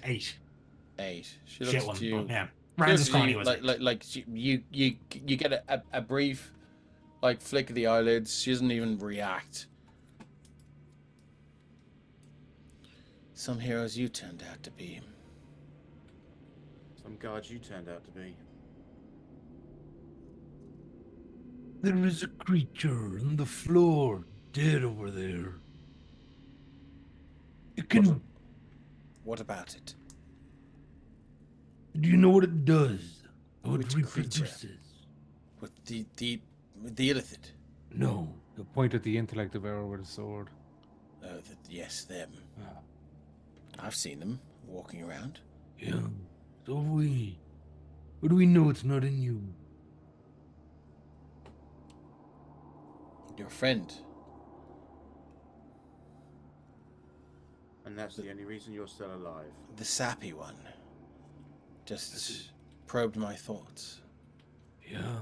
It eats your brain. It doesn't mean a goddamn thing. How do we know it hasn't eaten your brains? You don't. But I've got a sword and you don't.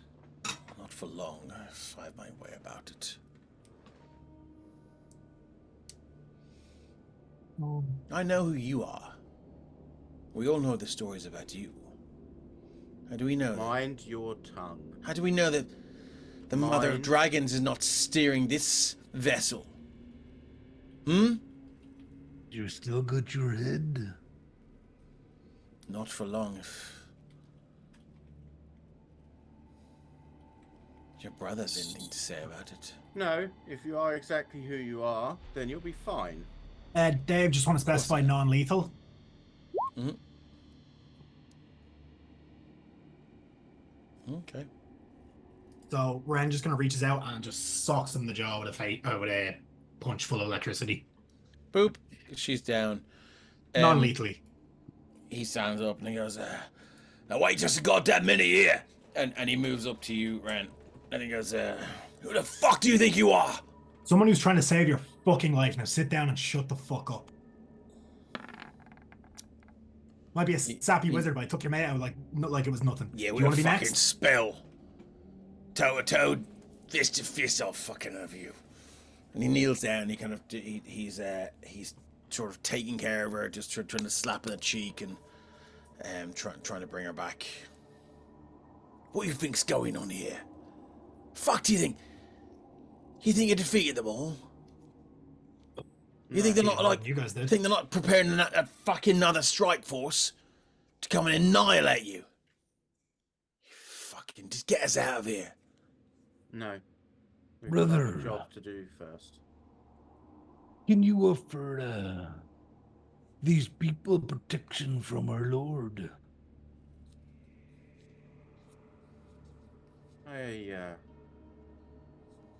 Not quite sure they deserve it, but I can. And I walk up to him. You are a follower of the one true God, as we know. He backs off a little bit. What are you gonna do? You gonna hit me with one of those arm spells? No. Drain my life. I'm going to give you protection with our Lord's blessing. If you accept it, at least we know that you're somewhat yourself. You know this. You know how. Bring it on. Make it sound like it's a fight. Wouldn't be a fight, it'd be a massacre if I wanted it to be. And then I'd touch him on the shoulder and I will do protection from good and evil. Okay, let's see what this does here. I will cast it for you if that helps. Cool. Yeah, thank you. Till the spell ends, one willing creature you touch is protected from certain types of creatures. Aberrations, it's protected from aberrations, celestials, elementals, fey, fiends, and undead. The protection grants several benefits. Creatures of those types have disadvantage on attack rolls against the target. The target also can't be charmed, frightened, or possessed by them if the target is already charmed. Okay, cool. Yep. And he kind of looks around and... Like I said. Yeah, I feel pretty good. I feel kind of invincible. I got a real positive attitude about all this. Good. As I said, if what our wizard friend here has said and shown us to be true, there's no worry for you or your sister.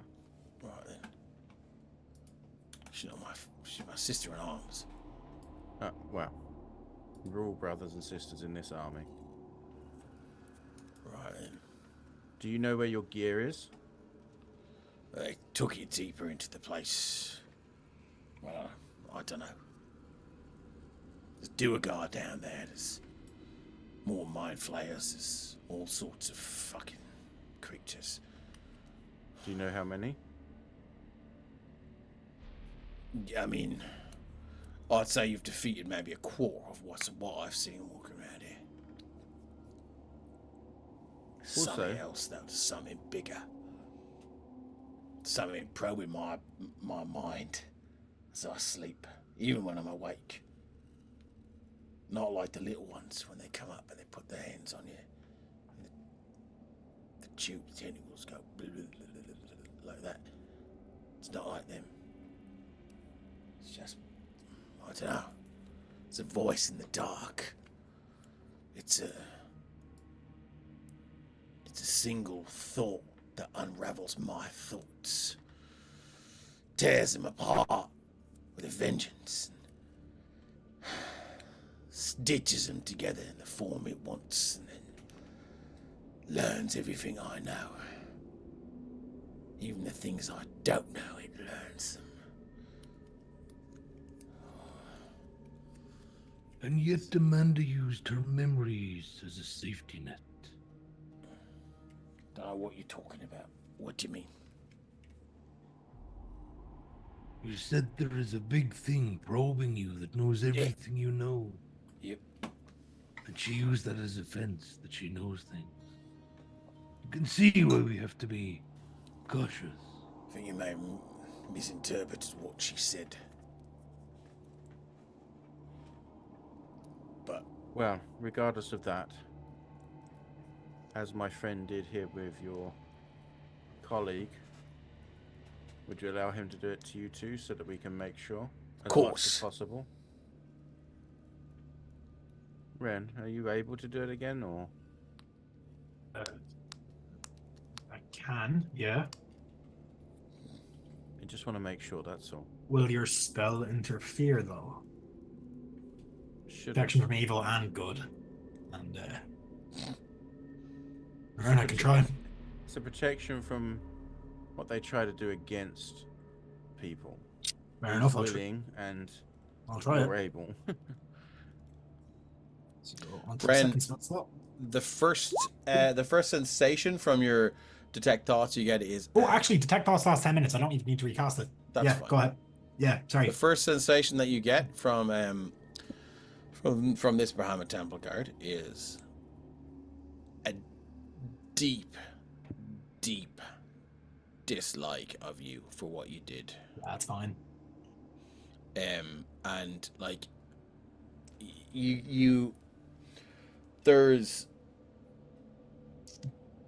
there are daydreams and fantasies of what he's going to do to you when he gets back to Artex. And if you set fucking even one toe into the Temple District, he's going to spread the word. He's going to have you fucking arrested, and he's going to have you fucking tied to a pole and fucking left there for a week and humiliated. Stocks of the lot. He's going to kick the bollocks out of you. He is furious with you, and he fucking hates you. That's fine. Ren is also. But it's for what you did. It's for what you did to Amanda. Yeah, well, the de-escalated situation. Ren has no guilt about that. Cool. If he's a feeling what Eryxium and Mazzelli would have done would have been much more permanent if it had continued on that way. So, yeah, Ren is going to continue through and get similar information. Look for, since he mentioned being probed, he's going to try kind of find more information about that, what was being taken, like what specific memories and stuff it was looking for, and try kind of figure that out. So sorry, say that again. He mentioned being like probed by some greater like entity. Yeah, down here. I mean, there's So Ren's gonna sensations. try- Yeah, there's sensations. Oh, okay, cool. So as you use your detect thoughts to probe this Bahamut Temple Guard, I want to find out what it was trying to find out, essentially. can I get an intelligence saving throw? Cool.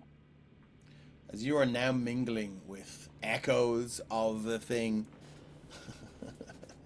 Is With- Eryxium close enough for the aura? I know Twab is. Eryxium and Yeah, you got a plus 10 on this. Yep. Hold on, give me 1 second. I just need to go off to another part of the map here. Just If I've doomed you, Ren, I'm sorry. You're good. look for a DC here. Okay. You should be okay. Okay, so this one, so the DC for this is 22. I am ideally. I have a plus 10 and I have a 9. You are the best so- person to do this, right? Well, me and Robert are fairly even. Oh, that Pass the 10. Pass the 10. plus 10. Yeah, I can't. Oh, it's yeah. So 8. It's 13 plus 10. 23. It's almost like you've I mean, I'm sorry about this analogy, but it's almost like you're having a fucking piss in the Amazon and something just swims up that fucking that stream of pee. And that is the best analogy I can come up with. You feel that you're delving into thoughts, or you're delving into memories of what a vastly superior psychic presence or creature has done, and it has left. It is a great analogy. Fuck you, Brett. It's left tendrils in it, and as you go in there, they attempt to pierce into your mind, and you snap back out, and it's up to you how you interpret that. Yeah, and Ren gestures. Just no. This guy's something's in his head. I already fucking said that. Yeah, I've been probed and probed and probed. and it's still there. Of course it's still there. It's in you. It's shocking in grasp. everyone here. Okay. One hand is still on his head. Yeah, I have to say you can boop him out as well. They're both knocked out. Oh, that's not an unconscious one. Ren's interpreted that it's still in his head, so he's frying this guy's. Okay, can I just make... okay, cool. No worries. I understand that's probably not 100% correct, but that's how Ren has chosen to take it. Okay, I mean, for what's Ren's intelligence? It's Gotta be pretty good with his fucking plus. 19. 9? Yeah. I mean, you're like superhuman intelligence. Yep. But he's Okay, not cool. taking Good the to know. risk. No, it's fine. So Ren, you drop a hand on this Bahamut Temple Guard, and he begins to fry from the inside out. He attempts to get up, and if you've ever seen like people being tased on those fucking videos, like those cop videos, he's standing up and he's turning around and he knows what's going on here, and like it's impressive the resistance he puts up, but he drops down dead. Like, fried. You've carbonized him. Yeah, Ren's not happy that he did it, but like he felt like it was the best course of action because if that thing's left tendrils in, who knows what it'll do if he gets up. Or tendrils? I mean, You said that word, yeah. Yeah, well, I mean, like there. Yeah, Yeah, there was, meant psychic there were tendrils. echo, like he could get hijack. like yeah. So it's the same way. Like if you were more advanced at your detect thoughts and someone had been using detect thoughts on him, you could probably sort of maybe if they were nearby gain access to them. Doesn't mean he's possessed in any kind of way. Anyway, Coolaboola, we are where we are. Amanda's on the ground. She's been shocking grasped into unconsciousness. This is all getting a little bit weird, and I'm totally here for it. Ren. Yeah. You made the call on this one. What do you say about her? I trust you enough. I didn't get the same sense of it being left, but I don't know. She's definitely going to cause trouble for you too. You didn't check her out for that. The people were supposed to be here to rescue. I still have 10 minutes to detect thoughts, so I'm not going to risk that. Goodness, how long does that last? 10 minutes. You don't still have 10 minutes. You've already about 1 minute. Okay, yeah, I'm not gonna risk inviting the thing into my head as well. So, I didn't check for the same exact thing with her, but my guess is if it's infecting him, it's probably infecting her. Then do what you must. Wait. Okay, Scales, move your fucking token in there, big man. No, he's staying the hell away from no, all of okay. you. Oh shit, okay. We've come all the way down this place and we've killed everything and things have tried to kill us, and all this time we've been trying to find these people that of your temple, and now we found them, and why are you killing them? We're supposed to be rescuing them. And like from Scales, who was like after like a week of this, is like, I don't even remember why the fuck we're down here, and like Scales is getting cabin fever, because it's because you said that like a while back. Scales is just like, I'm really getting sick of being so far underground. What the fuck are we doing? Like still doing here? And they go the Temple Guards, the Temple Guards. Temple Guards. We have to rescue the Temple Guards, and we finally found some of them, and you're just killing them. What are you doing? Why are you? And the whole time that you've been doing this whole little interrogation, like Scales has just been in his uncertain like pose, stepping like a little bit further away until he's backed himself into like the corner nearly, and he's just like, what are you people doing? Sometimes the only way you can save somebody is to give them a swift exit. And then Ren's gonna pull out his dagger and just. Okay, yeah, cool. The only way I can explain this to you, okay? So Amanda's dead now. We came down here with the ideals of rescuing these people, as you said, and that is what we were doing. But it seems like we got here a little bit too late. We know for a fact that some of these guards have been... how can I explain this in a way that you'd understand? They've had their brains taken over by these horrible things that are trying to kill us. If we allow them to get back to the city, everyone you know, everyone you love, could be taken as well. Can I just get you? So I don't know. I just want to clear something up. With your, what is it, 25 medicine check? 20. Yeah, something like that. Yeah. This guy was a carbon copy. Yeah. So he was cloned. I'm happy to say you're pretty sure there's no Mind Flayer or But we don't know which intellect one was devour which. activity. No, you don't. But that's the problem. I know, but you did say, as by way of explanation, that they were possibly Mind Flayers. Yeah, but the way so the way that you would know that those in the left room were not. They were a perfect copy of. Yeah, but they're still under the control of the Mind Flayers.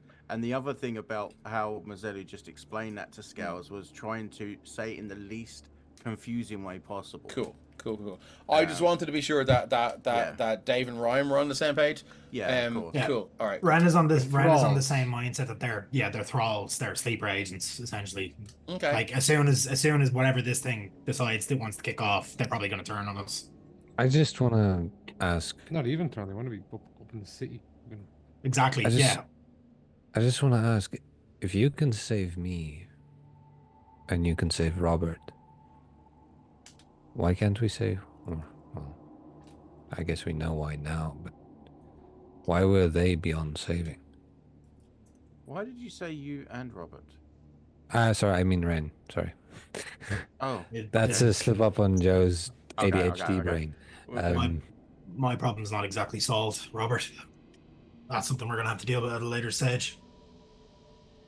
there's a difference. One, with you, Robert.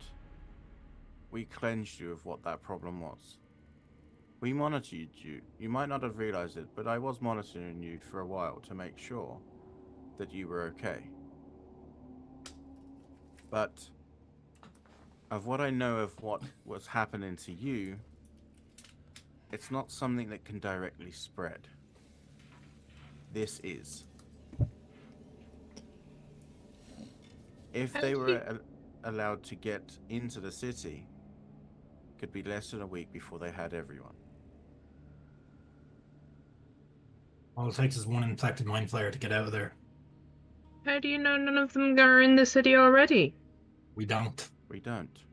We just don't Act- want to plague any more up there. I'm Just- fairly certain Just to that say, it wasn't a success, I don't think, but Scales did insight check Muzelu. Oh, really? what I was got the an number? 8, so I don't think it'll have done any good. Mazzella, you notice Scales, like, one eye is, like, slightly more closed than the other, and it's just, like, staring. Yeah, like, I'm watching you. Yeah. I would Scales. like to inside check the whole party to see if everyone is still who they say they are. Because I'm getting suspicious. Hold on, Mind hold on. Flayer. I need Raven's Ranger in chat is saying, face it, he's a sociopath in a pointy hat. Are we talking about the Yeah. Like, are we talking about Ryan or Ren?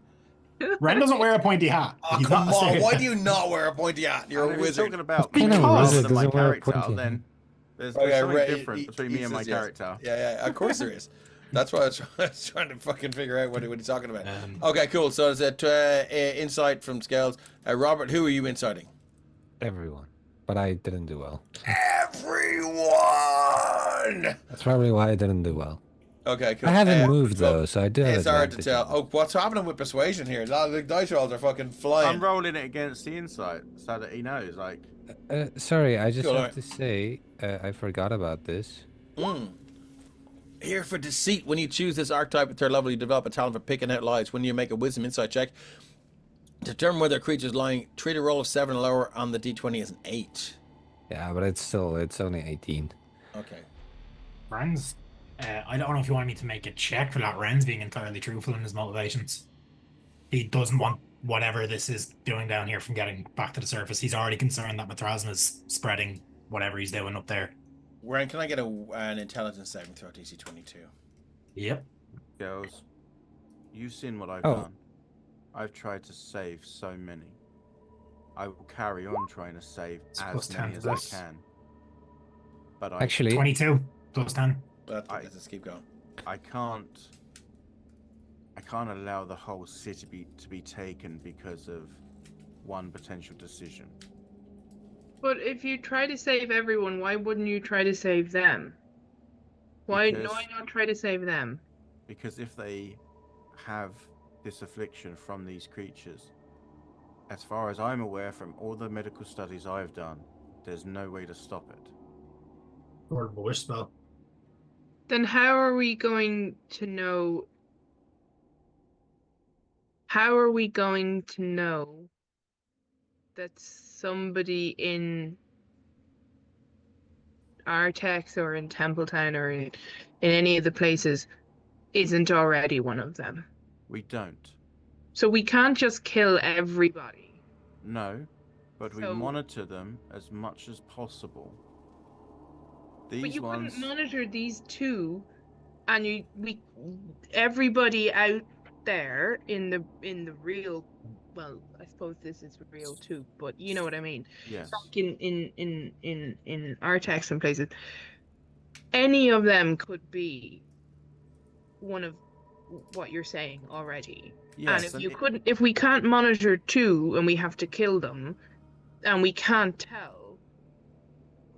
But that's the thing, Scales. We did check these two. You saw what Ren did. He checked. And then he electrocuted them. Because he wasn't satisfied with what they were able to say. Scales. Sometimes it's our job You ask me a to question make and the you're call. not satisfied with it, you'll just electrocute me and then stab me with your dagger. No. Scales, have you ever heard the saying, cut the head off the snake? No. Right, essentially... Why would you when cut a dealing- head off a snake? Because You it could kills just the body. smash it. I mean, doesn't Well, it kill same the body if you principle. cut the head off anything? Yeah. Yeah, the saying's why about a it. snake? Right. Sorry. Forget the Bob pipes up and analogy. he goes, doesn't work with an hydra. Yeah, more go. Wait, But Oh, yeah, but yeah. then they have my- more heads.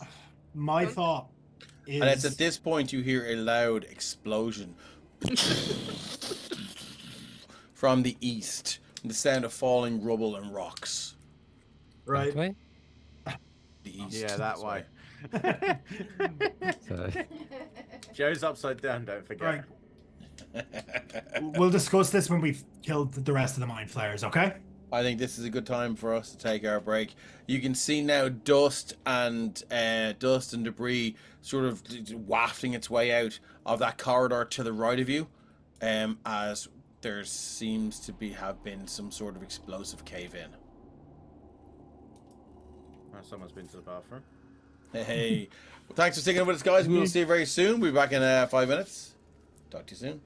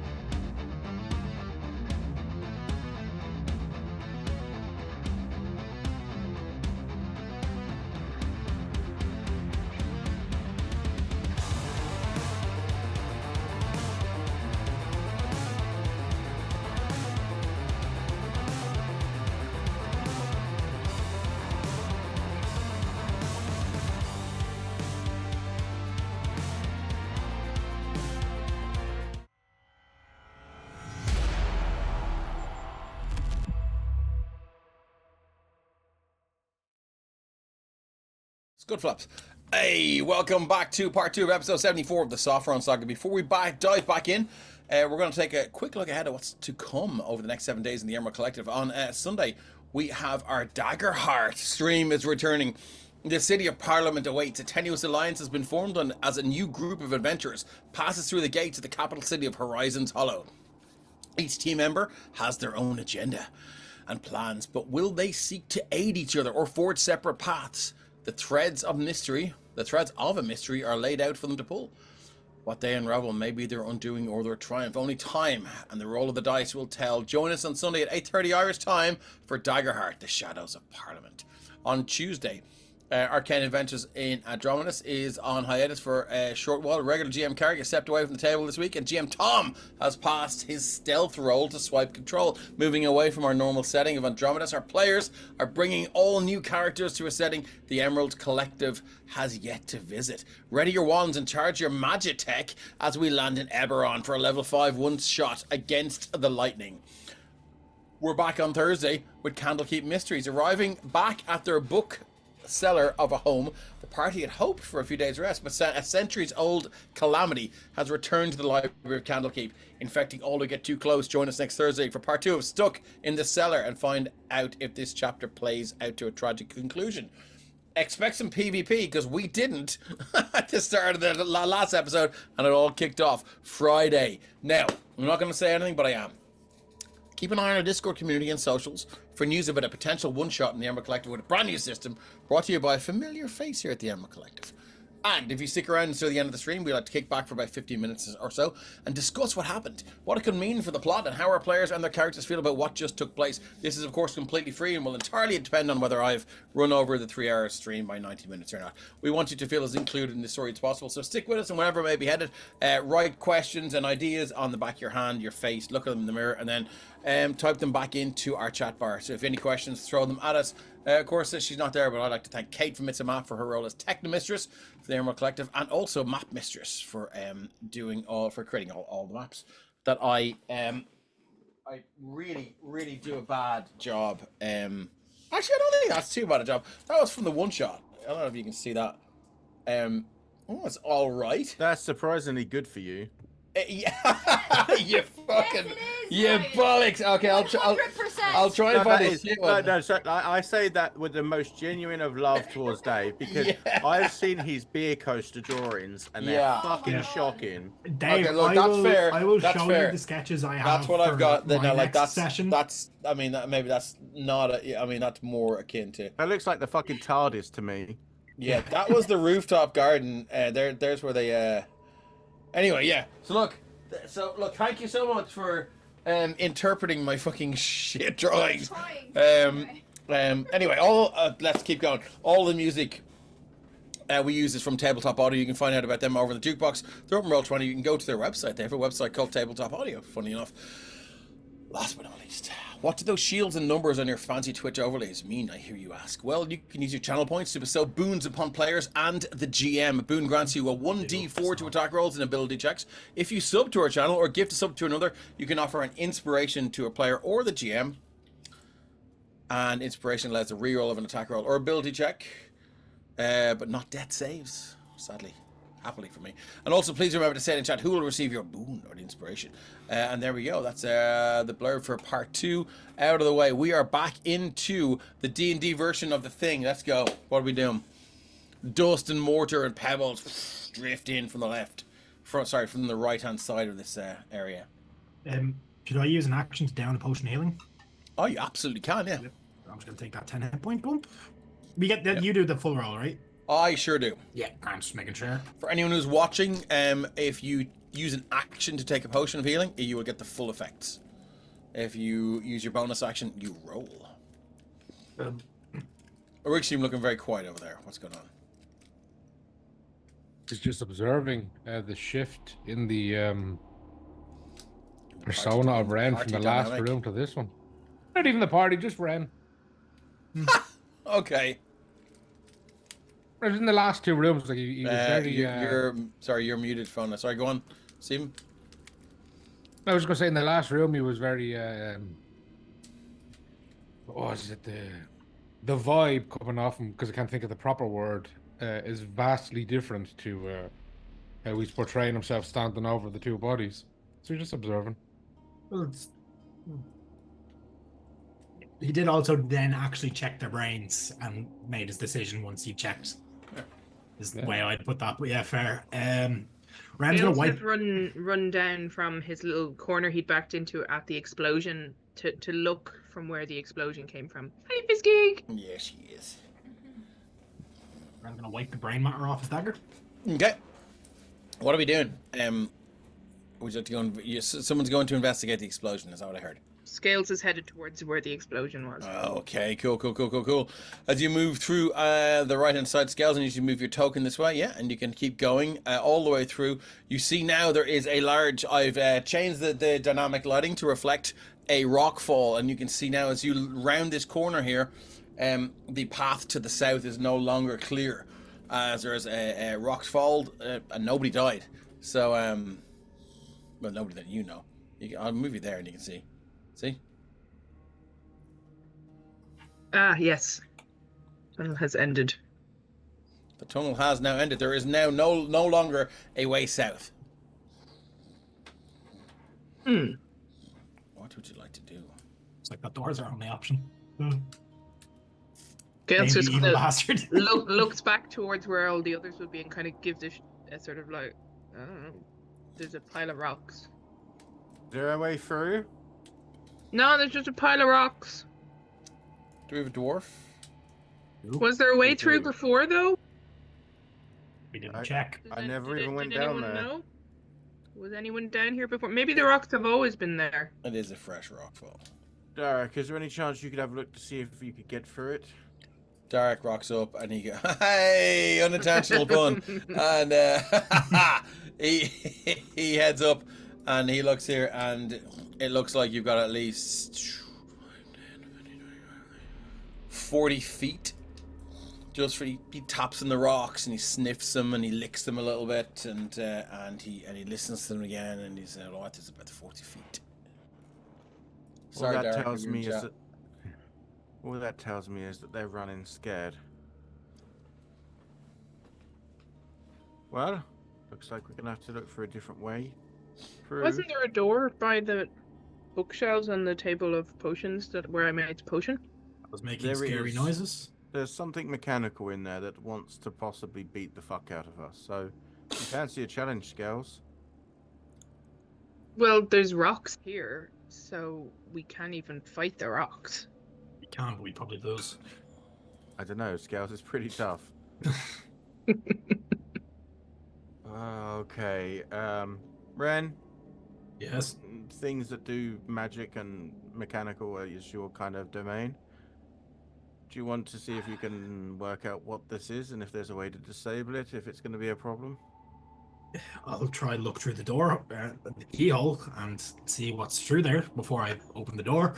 Look, I'll be behind you. If something was to happen, I will look after you, okay? Okay, and I'm going to try and look through the keyhole. Yeah, sorry, I just went back to our Discord community and looked in the fucking all the memes. So hold on, Scales. Before, oh, you're gone in. You're gone into the. He saw another doorway leading that. Yeah, that's where Amanda and the other guard, who I forgot his name because I repeated it, were kept. But you walk by these two sarcophagi. And it's curious that you can see that there's like a multitude of tools that have been used, and they just, I mean, to try and maybe open it, and they just haven't been able. It looks like there are broken tools there. What's this? That's the head of a hammer. Does it look like a nice head of a hammer? I mean, it looks. You could probably lift it up. It's probably about the size. I mean, showing my age here of a very old VHS VCR. There. Damn, if you club I someone know, with that, fuck that's off, the I'm old. You're so old. If Yeah. you club someone with that, that's damage. I know, That's right? pure Yeah. damage. I have one of them in the other room, so don't worry. And does it look like it broke when somebody was trying to hammer this? Oh, I think I need you to make an investigation check for that. Nice head. Wait, who gives nice head? I mean, has a nice head. Brett. Oh, Brett does. Okay. Oh, it's a nat one. No, it doesn't. It looks like it fell from the roof, actually. Ah, okay. Okay, let's move back to Ren. Ren, you're at the door. Would you like to make an investigation check, please? Yes, please. And I will open my character sheet because I accidentally closed it. Oops. Investigation. There we go.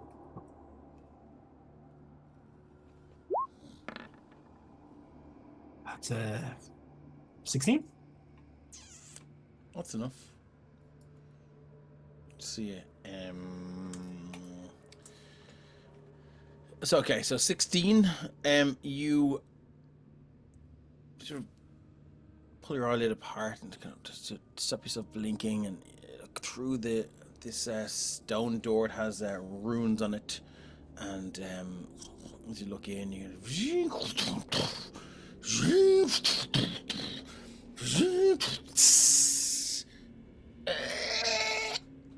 screeching of metal against metal, and you see. Can I get an Arcana check, please?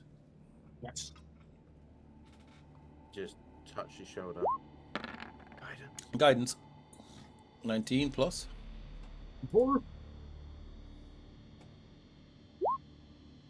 May Bahamut be with you. 21. Inside is an iron golem. And then in that exact moment, Ren, in the most Boromir way possible, slams his back up against the door and goes like, they have a fucking golem. Hey, but I think we need to wait when this happens, don't we? Because they don't really land until... Hey, Cyborg Cinders. Yeah, all I heard is who gives good head or something, and then Twitch crashed on me.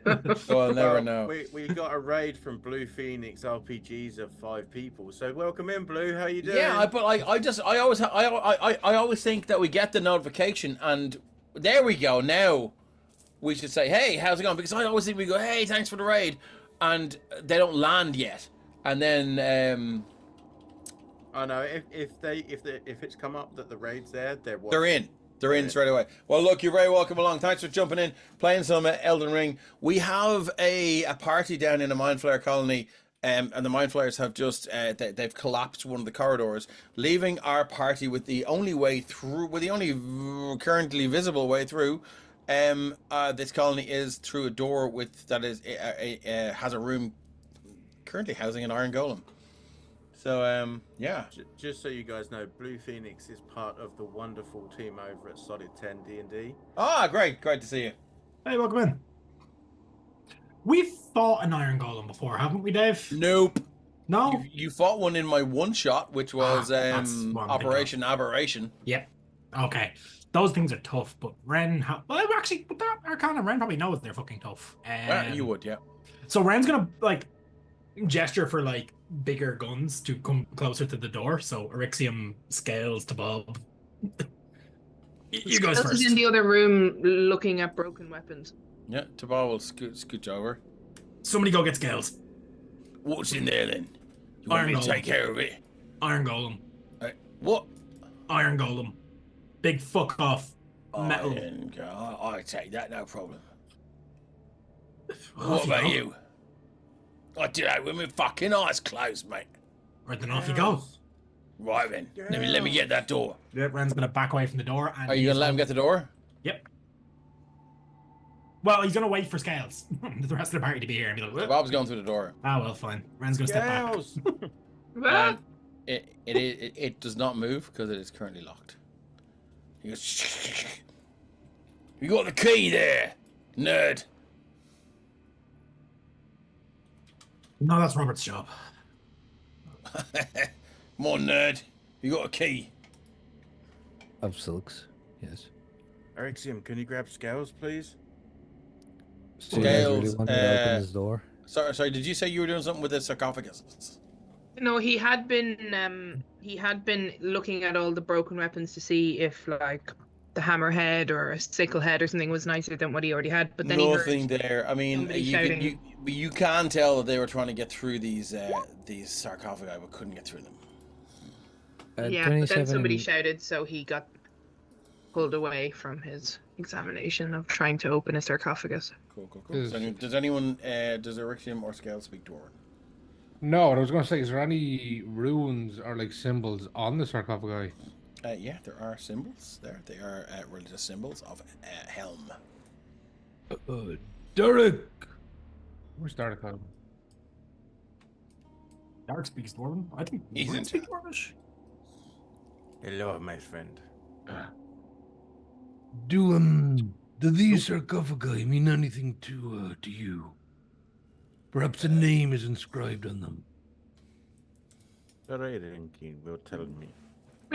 Dark moves over, and you can see that there are several protective seams and seals. And he looks around and he says, "These." And he says, "These are the." I gotta hope. Yeah, I hate trying to do the accent. Dark's makes sense. The back entrance is a good one for sure. Oh God, I came into that conversation and chat the wrong time. Derek, what he kind of looks around and he runs his fingers and blows dust out of the runes and stuff like that, and he just he kind of runs. He closes his eyes and runs his fingers around the what are you fucking laughing at? Fingers around the edge. Just stop. Watershed, guys. I would send a player a DM for interrupting. It's after something 9. like that. And so he closes his eyes and runs his fingers around the edge of these sarcophaguses, and he says, I think I know him. It's Tomb of Grantor. Famous dwarven warrior. This is it here. This tomb here is from his squire, Tim. Grantor and Tim. Grantor was famed to be the nemesis of giants. The hammer that would throw it would explode their heads. What is it? A good hammer? This is great hammer. This is his resting place, and it has truly been soiled. Dave. Yep. I am very much liking the Afrikaans accent, eh? Is it all right? Is it okay? It's okay, yeah. It's Okay, fine. cool. This is the resting place. But this place has been soiled, so I don't know what to tell you, but I bet he'd like his brilliant hammer to go on being brilliant, though, right? I mean, famously hated these anyone but dwarves. So I mean, open it at your own risk. But You can't open a hammer. no, I mean the sarcophagus. I mean, Oh, right, yeah. His spirit may be in there, but it could become enraged. Because he loved his hammer. Yeah, right. And didn't love anyone not dwarf. I mean, Gals. Scales has just a little. Scales has just enough awareness that he should probably wait for Derek to leave the room before he tries to smash the sarcophagus of this famous dwarf person open to get the hammer. it on the way. Erexium, can I get a what? Just give me an insight or intelligence. Gosh, give me flat wisdom. Flat wisdom. Gadoosh. 3. Yeah, sounds like a. Sounds like a. Look, no one's gonna be able to open this, least of all a dwarf. So Okay. Erexium, where the fuck is Scales? Big thing needs killing, guys. Come on. If we're going to kill a big thing, we should probably have a really cool hammer. So Bob's about to die if you don't do something. oh, just fucking smash my way through this door. It's made of Wait, steel chips. we need a I key. was Dave. I was just waiting for you guys to stop speaking. I rolled Sorry. a 27 for investigation to see if it's trapped. Okay, cool. It is heavily trapped. There's a poisonous gas trap on this door. Can I disable it? You can. You can. Would you like to use your thieves' tools? Yes, I would. Ren is currently flicking through his spell book for anti-iron iron golem So the spells, and he poisonous has gas none. trap would only be triggered if the lock were disengaged, and then that. So if the lock is disengaged or picked, then the trap becomes alive. So Tabab was interfering with the handle and jiggling it. It's not going to go off, but it's only going to go off if, if the lock is unlocked or picked, then the trap becomes live. But there is a way around it. Can I Depending on whether determine you what that get way your- is? Come on, would you like to give me your thieves' tools, and I'll tell you what it is. Put through the door. Well, you got a 15 investigation, right? I have a crazy good investigation and perception. I'm not super good at thieves' tools. I mean, I can no, but try. you did get a 15 investigation. No, Yes. 27. No, I got a 27. I have advantage if I Oh, don't you're move. advantage. So with a 27, cool. Happy to tell you that.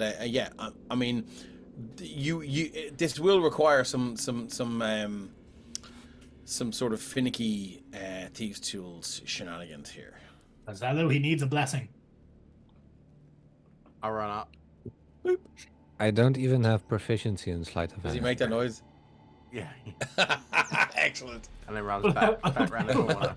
I love how we've gone from like Okay, cool. grisly Give me your, murders and executions to this. Yeah, boops on the heads. Can I get give me your thieves' tools then? Let's just see. Here we go. The DC for this is 20. What can I say? 20. Mazelu Yeah. is a contradictory of personality. Before you roll, I mean, I'm happy. Like your 27 investigation, it tells you that this is a very, very difficult trap to disarm. So you don't have to go ahead and do it. Yeah, I'll say like, yeah, this is a hard trap to disarm. Maybe we should clear it and open the door differently. Yeah, Like- if can you pick the lock and not open the door? I can open the door with a mage hand. I'm not sure I can pick the lock without triggering the trap. Then how do we? I mean, I could try trigger the. Ren will just click his fingers as the mage hand starts to form. As like hand it the tools. I will step very far away from the door Yeah. and hand it the And tools. Ren will also step as far away from. So Bob moves back. So hold on. So you're going to try and use your mage hand Yes. to manipulate thieves' tools, Yeah. which you don't have proficiency in. Nope. I'm basically trying to set off the trap from a distance so that we can then pick the Oh, lock. well, I mean, that's an automatic success. I mean, A cone of purple shit. and pink gas shoots out. I'm gonna move to Bob back to where you guys are, and it reaches to about here. Ah. You can see now that there is this sort of residue and pink and purple dust all along the flagstones now. Moving back to Erixium, Darak, and Scales. What are you doing? Doors, man. I'm waiting for Derek to go find out what the others are doing. Erixium will say to Derek, Seeing as this place is desecrated, would you like to attempt to retrieve the relic, or should we leave it rest?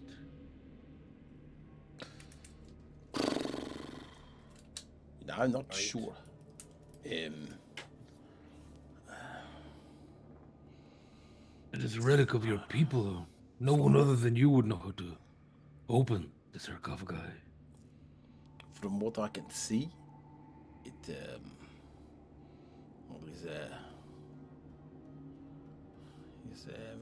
these fucking Mind Flayers.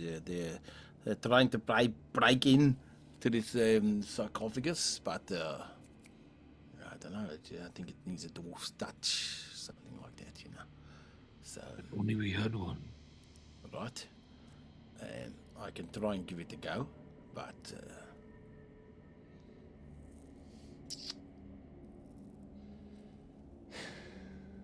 tell me what to roll. I mean, from what I know about this, weapon was not did not belong to this hero before him. The weapon is passed from adventurer to adventurer to fucking adventurer. So if the weapon chooses you, it chooses you. But it does not choose you. You pick it up. Yeah, I and it could be very bad for you, eh? I mean, if anyone is destined to pick it up, it would be Derek, no? I don't know about that, my friend. But Should ye be worthy, shall have the power of Grimthor. well, you know what I mean. I just got the joke. I've got all my spells here, and I've got all the bits. Sorry. Oh, sorry, I did not see that. Thank you very much for passing it in. He does check the 16 dwarf minutes ago. box. Yeah. All right. So all right. Fuck it. I'll do it. I can try and open this. And Derek goes around and he speaks the words that are inscribed. What's this Grimthor thing? His name is Grimthor. I know. Sorry, I just thought you were. I just thought you were shouting it out or something. Because you typed it in I said it, and I was just typing it out to make sure my point is clear. I just thought Ren was like, you typed it in fucking caps, and they're like Grimthor. No, Ren is currently like contemplating prestidigitating the dust so away. Derek walks Grimthor's around, hammer. Ye shall be and avenged. he seems to whisper this sort of ancient dialect of Dwarven, and fuck off with your fucking tortoise world. And he's back. That's my torch. And he seems to almost like place his forehead against the base of this sarcophagus, and he says something in Dwarvish. And what about 2 followers to 500? Come on, guys! If you don't follow us already, give us a follow. Help us get to 500. And there's a.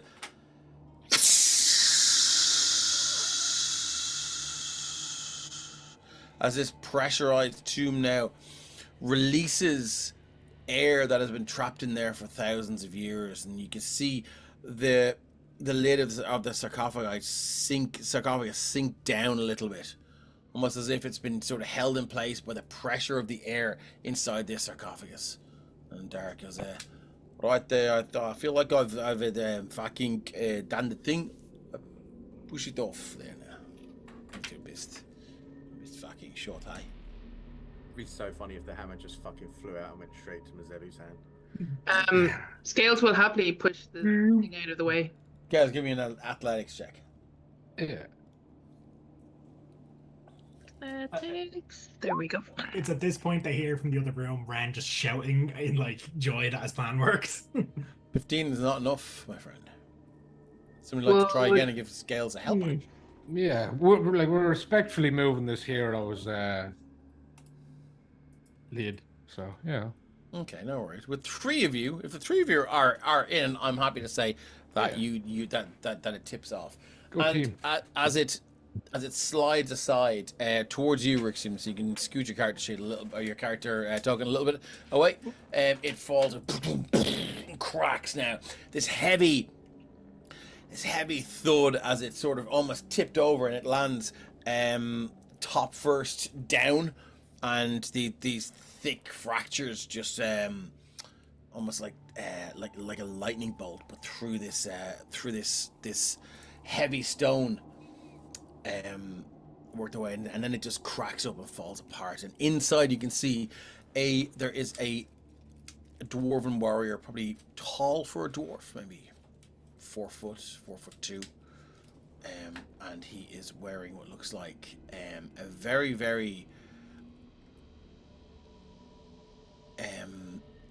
immaculate set of mithril chainmail, and by his side is what looks like a very, very ornate hammer with looks like a leather strap hanging out of it.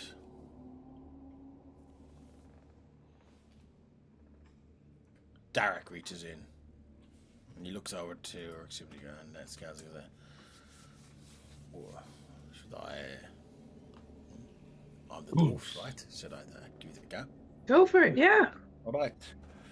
And he reaches in and he puts his hand down, grabs it, gets a shock. And he says, right, I don't think it's meant for me, hey? Oh, Might not be meant for anyone here, but, you know. Quite possibly.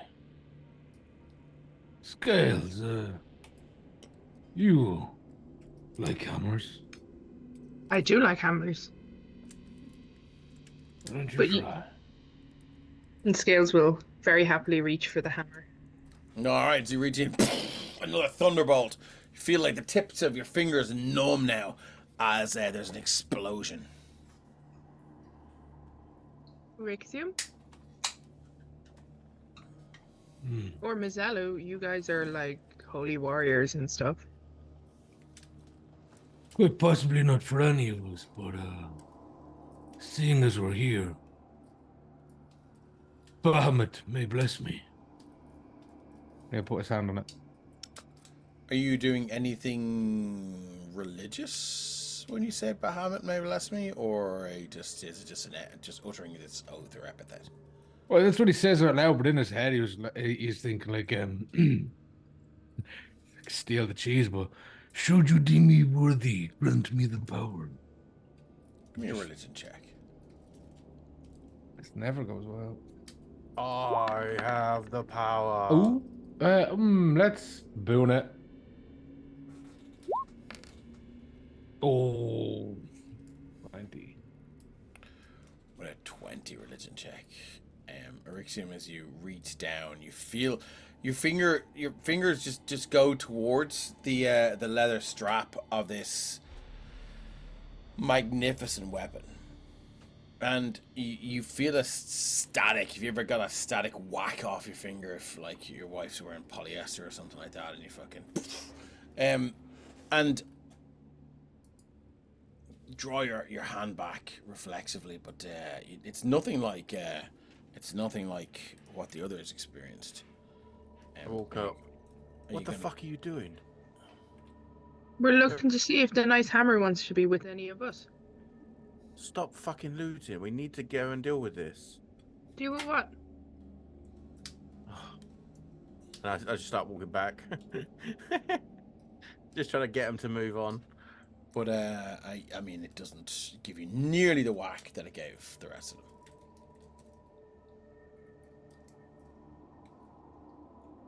Is it just like he... Erixium, It's just a... I found out this bag that I found, you put stuff in and you take stuff out, and do you think we could like Take it all scoop out. the hammer into it Uh, without touching it? So, he got the little teasing shot on the approach, like he didn't actually full on grab it. He got 2% of what everyone else got. Right. What from like on the approach, or did he actually grab the handle? Well, like your hand was at like a centimeter away from the handle. Well, if he was to persevere and grab the handle. Yeah, I mean, is that what you're gonna do? Yeah. You feel this electric surge just run up your arm, and because of that, your hand reflexively grips around the handle of this magnificent warhammer.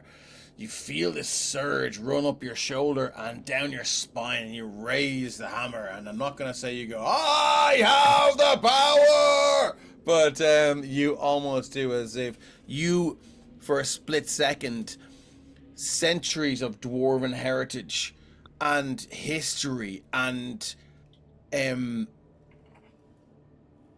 legend and lore surge through your body. Can I get... So this is a completely... Scale describing the magical bag with endless injury. A very... yeah, we love Scales. Scales is it like just... if as a DM, if Scales dies, I'm going to cry my fucking eyes out. Can I get you to give me a wisdom saving throw, please? DC for this is... These are going to go down. So DC for this is 20. Right. For the purposes of advantage, does this count as a spell or magical effect? It counts as neither. Oh, you don't have to ask. You do. So, wisdom save. Ooh. Have I gone? I've still got... I had 2 boons, did I? Yeah. You got 1 left. Do you want to drop a boon? Absolutely. You need 2. Got it. As you grab the handle of this legendary dwarven thrower warhammer. Centuries and millennia of dwarven collective knowledge surge through your mind, and it's almost overwhelming. But you sit back and you're like, you put a hand on the sarcophagus and you stand up and you're like, Does he grow a beard? no. Oh well, I mean that's for later. And that's a girdle of dwarven kind of thing. Or about dwarven. Out of the dwarven kind. Yeah. As centuries of 19 con the beard. as centuries of dwarven legend lore surge through your mind and your soul, you're thrown back and you almost sit down, but you throw one hand against the sarcophagus and it's a lot. As all of this knowledge and lore surges through your mind, it passes through your mind and is lost. Well, not lost, but it goes somewhere, but it's not somewhere instantly retrievable. But as you see all of these things pass by, these memories, these moments, these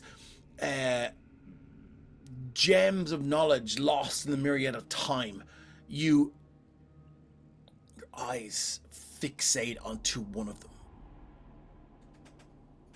Familiar armor. Sopherone. Gone.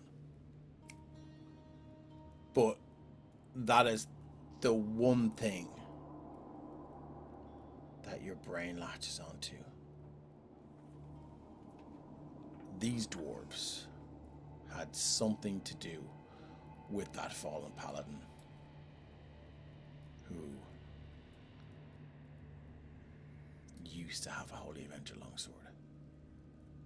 The Great Worm. Yeah.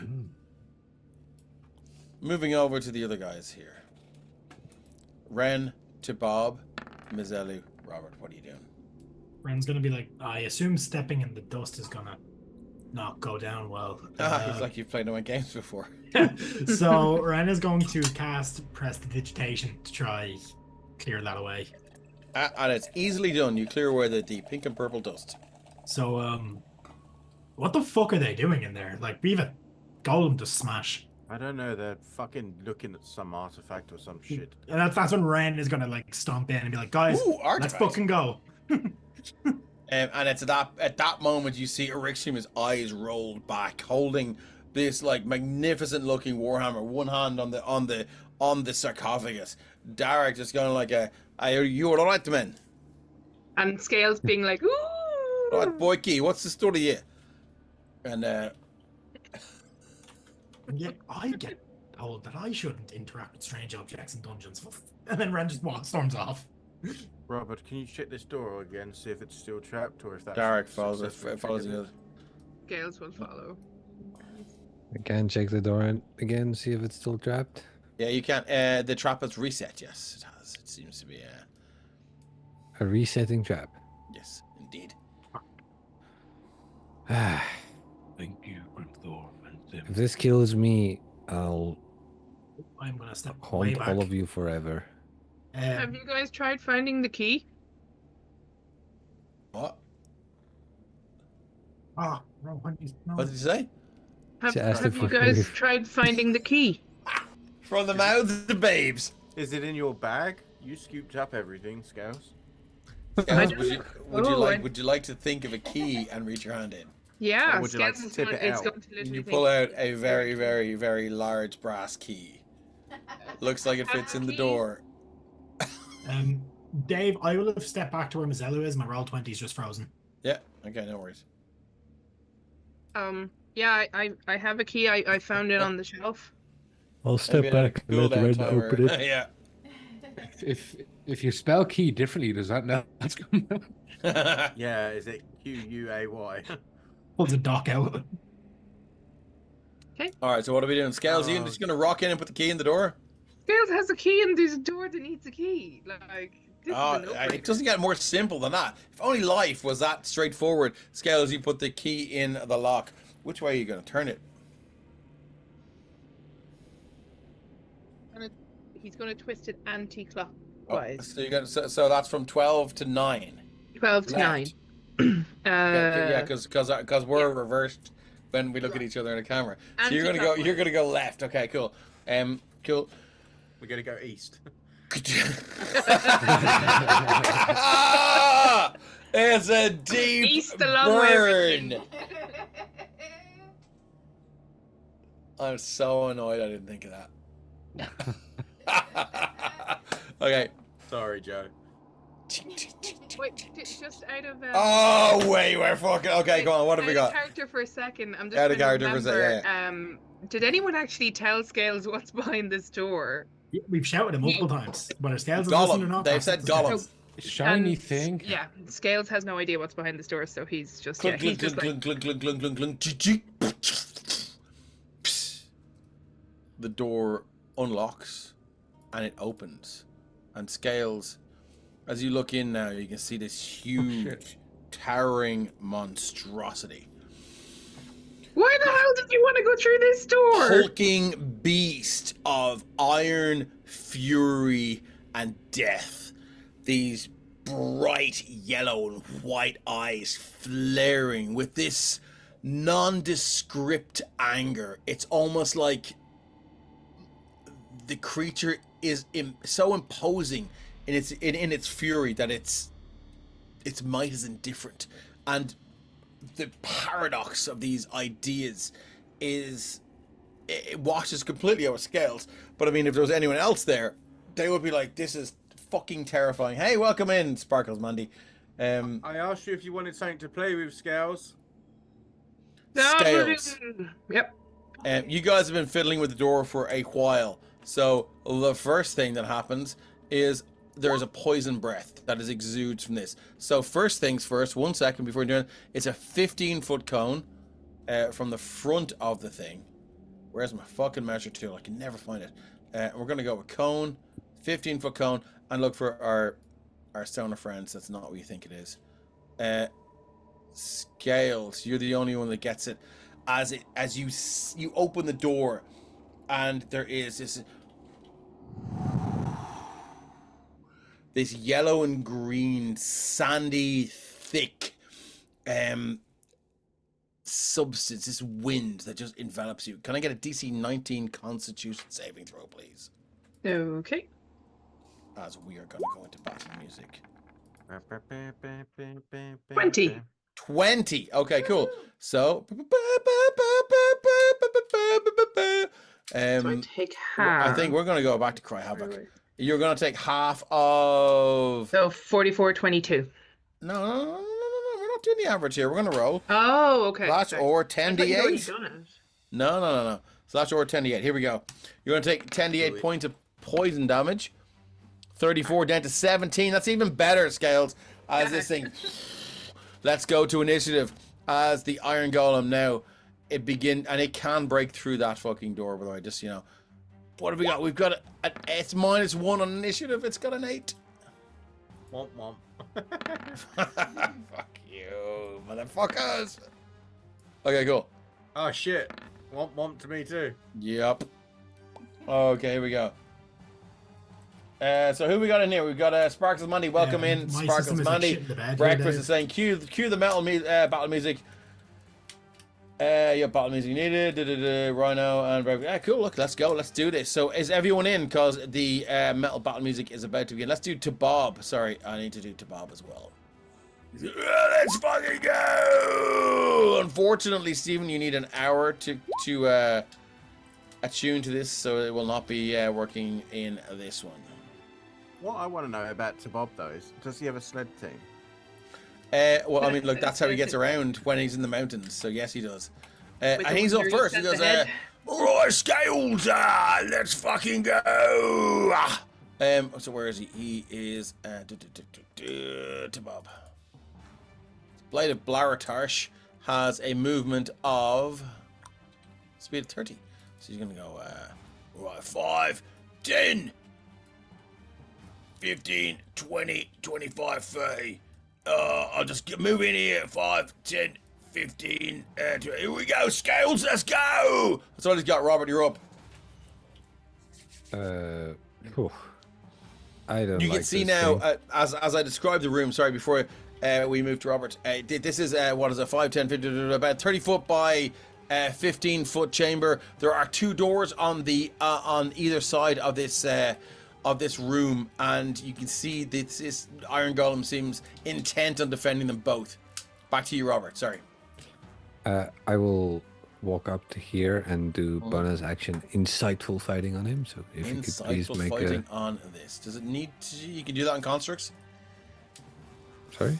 You can do that on Yeah, constructs? Yeah. doesn't- Cool. So it doesn't needs to make a say- deception check. Yep. It's just opponent. It doesn't say anything about... That's okay. Just checking. Just checking. What are we with 2 more followers to get to our follow goal of 500? So if you haven't followed us yet, give us a follow. 29. Okay, so I've got -5 on this, Robert. So 1. So no, that is a 1. 29 versus 1. Yeah. So you, I think it's fairly safe to say you get the drop in this thing. So you will get your sneak attack. It's very easy to predict how it's going to react and what it's going to do.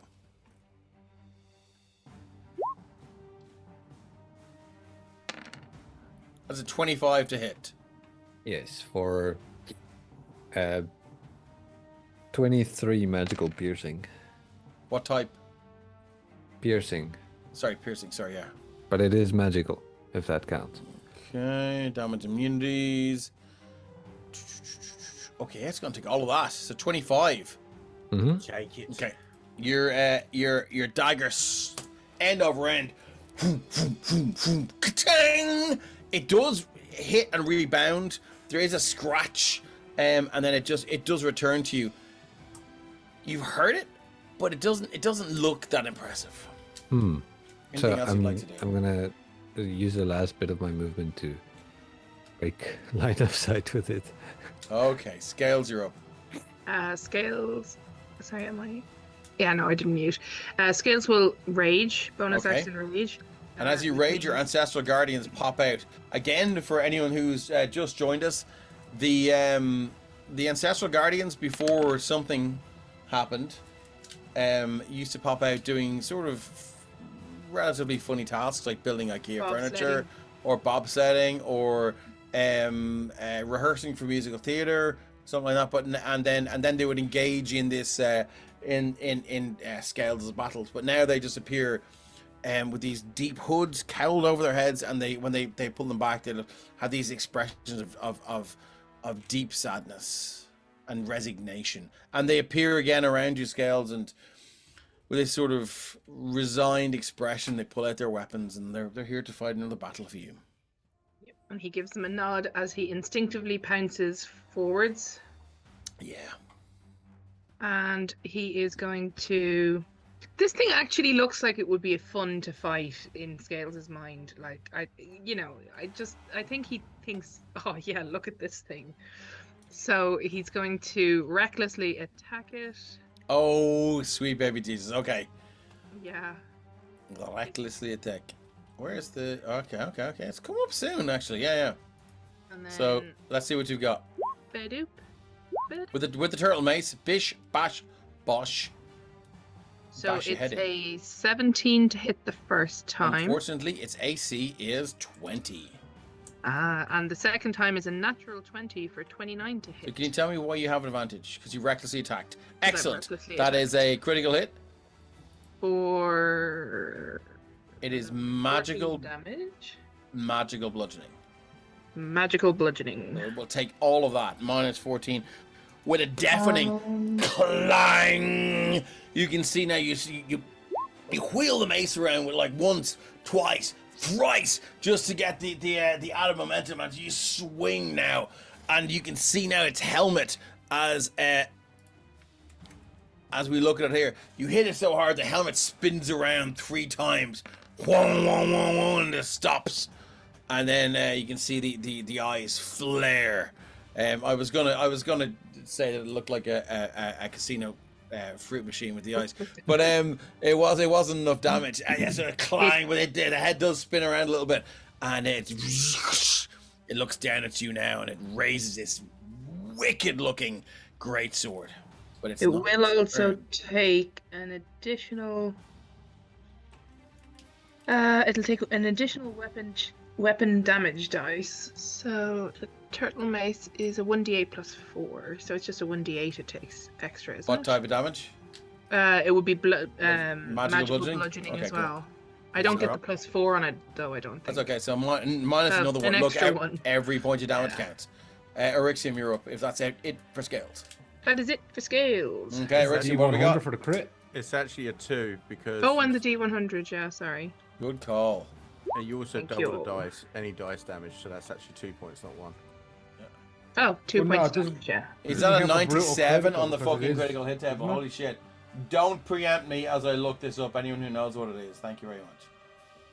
The brutal critical, I don't know if it would take double it. I think it's just that you get the Yeah, 'cause extra it only dice on triggers top of on the the rest. critical. Yeah. Okay, so you strike with debilitating force. Roll an additional set of damage dice above and beyond your normal critical roll, and the target suffers a permanent injury. Okay. Permanent injury can be healed, so I think this is not gonna. It's not gonna really apply with such a big construct. But you can roll your damage dice again, so it will take another. And at the range, fuck it, another 11. Another 11. Yes, yeah, its head spins around so quickly. Okay, cool. Is there anything else you'd like to do? No, that's it for scales. Eryxium, Right, big creature. where are you? Oh, you're over there. Okay, cool. Yeah, there's a kind of a line of us up here beside the bodies. Rixium will go. Eryxium's like, dude, you see 5. my hammer? It's fucking great. Well, maybe. 10, 15, 20. Don't freeze laptop. 25, 30, and he will throw some Eldritch Blasts. Eldritch Blast. You can see through the door, no problem at all. Pew, pew, pew. AC is 20 for this creature. What have we He's got? always been called the 18, hammer. 16, 21. 21 hits for 21 7. hits for 7 force. Okay. The Warhammer is attunable. So it's not going to do jack shit, unfortunately, for this combat. That will be his turn. Oh, okay, Derek, you're up. Derek is going to come up a little bit closer because he doesn't like to be too close, and he's going to do what he does best, which is a guiding bolt. Guiding bolt. Guiding bolt. So does with you. So 14, that I'm guessing misses. 14 is not going to hit. AC is 20. Then Derek is going to do fuck all. That was an unguided bolt. Moving on to Ren. Ren, what have we got? So hopefully something better than that. Hopefully, yeah. Ren has had a wand of acid arrow that he has not really used since the first like 10 sessions here, and I'm thinking that might be good on a big metal You construct. got that like in episode 10 or something. Yeah, like early, and I've never used it. So I'm going to expend all 6 charges and upcast that to 7th level, I believe, because it's a 2nd level spell. Are you going to destroy the wand? I think it's a D20 roll, and on a 1 it breaks.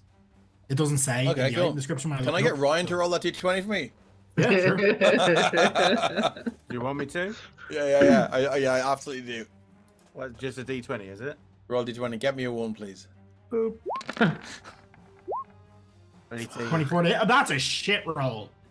Okay, so you are going to use. You have to roll to hit, which is a 24. It's AC of 20. So we're looking at what is it? 22 points of acid damage. 22 take- points of acid damage. it will and take 2d4 all of at that. the end of it. It's next turn. And what? And it's wait, when you cast the damage both initial and later increases by 1d4 for each spell Don't slot. worry about that. It has So- a shit ton of hit points. True, but it's going to take 74 at the end of its next turn. Grant. No hassle at all.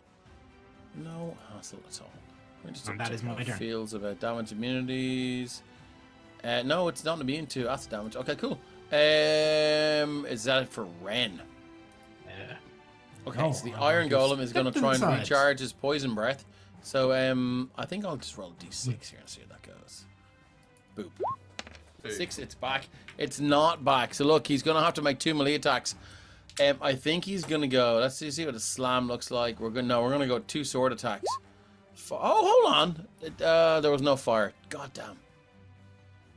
I did roll the D20. He did, he got an Did you? 18. Oh, sorry, I didn't see that.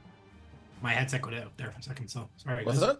that? The D20 for the breaking weapon, then my headset cut out, so I didn't actually It's see okay, that. it's Rolled it. okay. I think we're going to go 2 attacks with the sword against scales. At Boop, boop. advantage. At advantage. 19 and 29. Both hit. Okay, here we go. So you are raging, so you're going to take half damage here. Okay. The fact that 29 isn't a nat is fucking terrifying. 22 and 15, so that's 37 down to 36. 18 points of slashing damage. Okie dokie. Cool. 1 second now. That's all I can do. I'm kind of a little bit sad about this. Mazzella, you're up. Actually, it's going to take the extra damage from the end of the acid arrow thing. Okay, cool. How much? It's 74, so it's going to be 23 more points of acid damage. Does it get a save? It doesn't. It's just the effect of the spell. Okay, that's nice. Mazzella, you're up. And that's the end of that now, right? For the initial damage and that on this, yeah. It doesn't Cool. say that it continues on, so yeah. It does not. Mazzella, you're up. Okay, I'm going to do a guiding bolt at level 3. Yeah, I've got enough distance. Okay, let's try this. Guiding bolt level 3. Please work. No. It's an 11. 3 plus 4 plus 4. No, 40 I've got sales. my inspo. Let me re-roll that. Okay, go for it. If you get not 20 on this now, I swear to God, you're out. Oh! Somebody clip that. Fucking hell! Beautiful. Somebody clip that, 37 please. points of damage. Please, somebody clip that. He really is a wizard. You You're turn a on the wizard, mark, Rhino. What the fuck, dude? Am I the wizard or are you? You called it. I don't Yeah. know, man. Maybe I'm just cursed to predict my own fucking downfalls. I don't know. Yeah. Okay, so that is a nat 20 for a 28, which will hit. So fuck 37. 37 points of damage. I mean, fucking hell. I thought this thing was going to be... I mean, it's still going. It's still going. But do you want to give me your D100 as well? Which is you did? 23? Yeah. Spell attack. Your spell cripples your opponent. Your target's movement speed is cut in half for the next 2 turns. Yeah, I mean, like, that's going to make the difference. Because as that guiding bolt surges through, it the damage that Scales... I never rolled for... I did. The damage that Scales has done, it's twisted a few plates wide. And that's where your guiding bolt shoots inside these heavily armored plates now. And you can hear this explosion of radiant energy. And you can hear gears begin... And there is something going wrong inside that thing. I always try to shoot inside if I can. All right. Oh, Is that it for yeah. Mazzilli? Yes. What a round. To Bob. Hey! That's Scottish. He goes, wife, the blade of Blairchurch is here!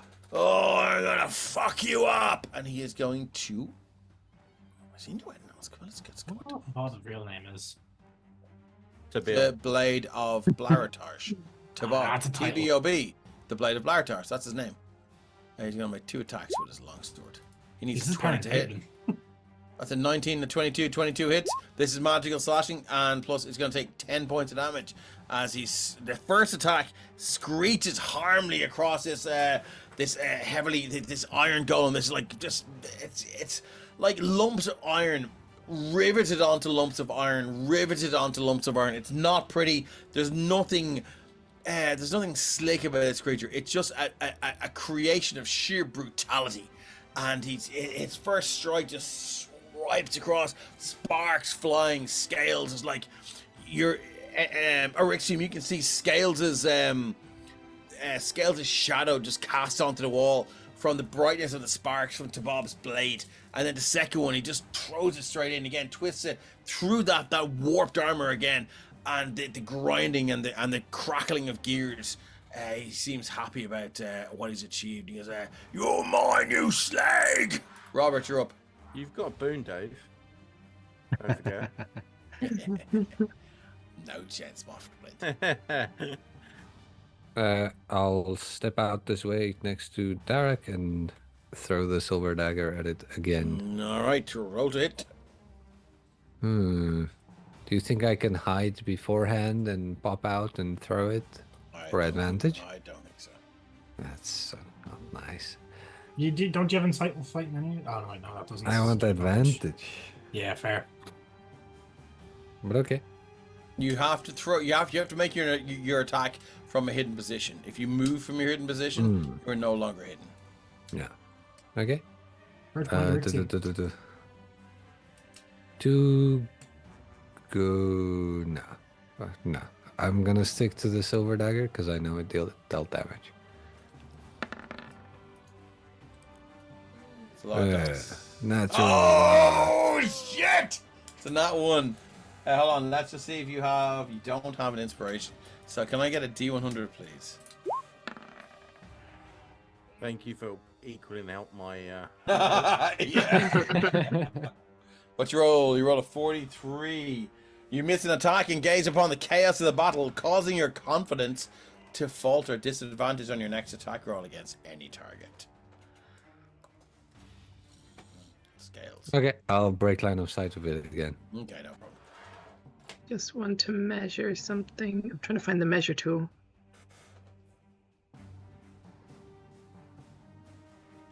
Okay, never mind. Scales is going to just this he's raging. He's not really quite aware of how he's feeling. Before you do that, can I get an intelligence saving throw, please? An intelligence saving throw. Okay. As you feel 19. 24. T-Bob's fucking aura. Oh, 24. Scales, for a split second, your mind goes, hold on a fucking second. I'm on the wrong side. I'm fighting with murderers. They talked about clones. Maybe they're the clones. I should kill them. And then Bob just takes off one of his metal gauntlets. And, like, he doesn't even take it off. He just sort of, you know the way you how many of us have worn metal gauntlets? But if you can imagine, you kind of have to grip to keep it on. If you fling your hand and you relax your fingers, the gauntlet will fly off. And that's exactly what happens here as he flings the gauntlet. He looks at you and he sees your eyes crossed. He goes, no fucking way, son! And he flings the metal gauntlet, clang, off your head. And you're like, fuck, that was weird. And you feel a deep sense of shame, Scales, for what the line of sort of the line of thinking that you were on. You can continue your action. Okay. Scales will shake it off and recklessly go at this guy once again. Recklessly attack. Beep. Boop. Let's see how we went. What have we got? 19 to hit. Will not hit. I'm AC gonna 20. throw a boon on that. Oh, well then if you throw a boon, it's an auto. It's an auto. Sorry, it's a 27 to hit because you're actually attacked. It's not 19. That's the intelligence save. No, Oh, yeah, you're right. That's. Oh wait, yes. Sorry. Yeah. Never mind. I didn't need to boon it. So it's 27 to hit and a 26. I'm busy looking up creature loot here because I can tell which way this is going. 9, 20. So 23 damage altogether. 23 points of damage. With your turtle mace now swinging wildly, Scales. You are cracking in plate after plate now, and you can see the inner workings of this thing, and it is beginning to falter. Steam bolts of that poison are just like shooting out, but they don't seem to be sort of mixing with that reagent that the two sort of liquids, when they're turned into gases, combine to create this highly damaging and toxic poison. It's leaking fluids and oils and everything. And Scales just because it's such a different enemy than we normally fight, and as you said, like the oil coming out and the steam and the gears, it's just so fascinating. And he has this, like, not joyful, because it's not joyful, but it's like his eyes are alight with like curiosity and interest of what he's every time he cuts a chink, it's like, whoa, that's so interesting. So he looks like he's really into it. Okay. Erixium. Rixium will continue running 5, 10, 15. Can I get shoulder an intelligence saving throw, please? Sure. DC for this is 20. Ooh, 19. +5. Oh, yeah, no, only. Okay. No, it's a fail. So that's a fail. Erixium, you can still make your attacks. Oh, hang on. Yeah. No, never mind. Sorry. Okay. You can still make your attacks, but I need you to RP this in the best way you can possibly. You failed his intelligence save. Something about what Scales said back there doesn't sit right. And you're like, I know Scales hasn't been out of my sight, but they have. They were around the corner looking at the sarcophagus before you got there, and Scales has left your sight, and you now harbor a very deep suspicion of Scales.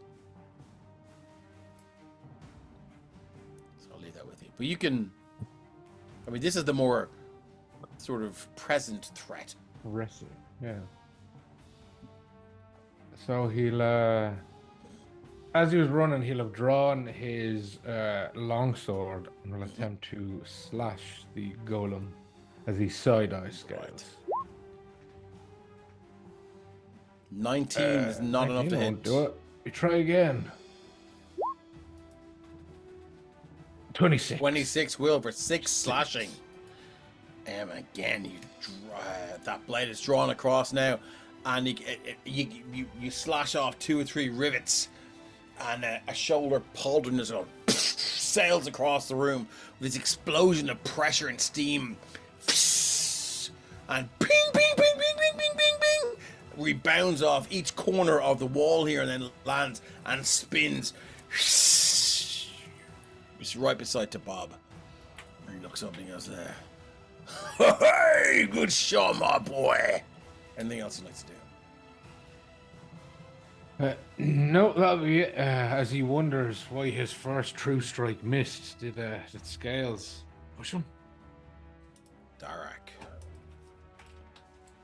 Right. All right, my friend. All right, my friend. He's gonna walk up, and this wave of like feathers comes out from him and starts surrounding the party as he does a mass cure wounds. Oh, is there anything to be said for another mass cure wounds? I mean, he does love his masses. Yeah. That's where the generals gather, in case you didn't know. Just Hey. Okay. Shit. Sorry, it didn't roll for some reason. Let me do it again. So every one of us gets 14 healing. Okay, Scales, you're up to 36 now. To 36. Does that include the Iron Golem? Had to ask. And Amanda and John just said. What's that? That's it for Derek. What'd you say, Stephen? I said Amanda and John just sat up. Yeah. Fireball at my feet. Oh, wow. Okay, cool. That's it for Derek. Ren, what have you got? Yeah, Ren this is a shoot in the dark. It's probably not going to work, but he is going to cast Mind Flayer at this thing. Okay. I don't think it has a brain though, so I don't think it's going to do anything. But with that Arcana check, I assume I know enough to know not to burn it. So it's DC 18 intelligence save. Sorry, can I just say that Derek would have dipped back around the corner as well? Is that all right? Yeah. Thank you. Like, does it have an effect on a creature that has no intelligence? It doesn't say otherwise, but I assume if it doesn't have a brain, it doesn't get affected. Ren's just chucking things. I'm gonna say like no, like its intelligence is fucking. Oh, it's 3. Ah, See, other spells usually, other spells usually specify if the intelligence is too low. Yeah, look, they let's won't. just do it. Like, for example, maybe snap the trap wouldn't it work. has some sort of fucking Basic instinct. commanding or like protocol or something like that. Yeah, so it's going to take, what is it going to take? How 9 much points damage? of psychic, which is shit, but it's going to then It's have immune to subtract... psychic damage. Okay. Well, it still has to subtract a d4 from the next saving throw it makes before the end of my next turn. So I'm going to argue that if it's immune to the damage that it did, it's Yeah, not that's going to fair. take that effect, I'm afraid. So sorry for that. yeah, fair enough. That's background Iron content. Golem is up. It's gonna keep hammering at scales. Or is it? No, do you know what? It's gonna turn to... let's roll a d6. 1 to 2 it scales, 2 to 3 it's a Rixium. Sorry, 3 to 4 it's a Rixium. 5 to 6 it's to Bob. Can I get scales to roll, please? D6. 1 to 2 you. D6. 3 to 4 Rixium. I hate to remind, 6. but to be fair to everyone, Yeah. you can re-roll for your breath weapon as well. Alright, thank you. That could change the game. While we're all stepping back around the corners. It's gonna hammer to Bob. I'm having dinner first. Hey. Alright, cool. Here we go. Zips. Why is everyone getting hammered today? Because it's Friday. Oh yeah. Friday, yeah. In my Okay, country, here we go. it's Friday, it's payday, and it's a long weekend. That's at Oh, disadvantage. It is. I was so happy. Yeah, Look, like I was just about to go. The dice giveth, and the dice taketh away. But the dice giveth, and the That's ancestral protectors take it away. So it's a 32. So he's going to take 24 points of slashing damage. He's going to take all that. So the other thing. He also says, they have Are you going to use the thing resistance. that halves the damage now as well? It's I the already same have that thing. from that. Yeah, it's the same ability. They have resistance to any damage that's not done. So it's going to take half that slashing. damage. Yeah.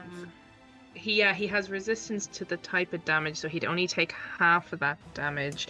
But I'm going to use my reaction to use my Silvery Barbarian, yes!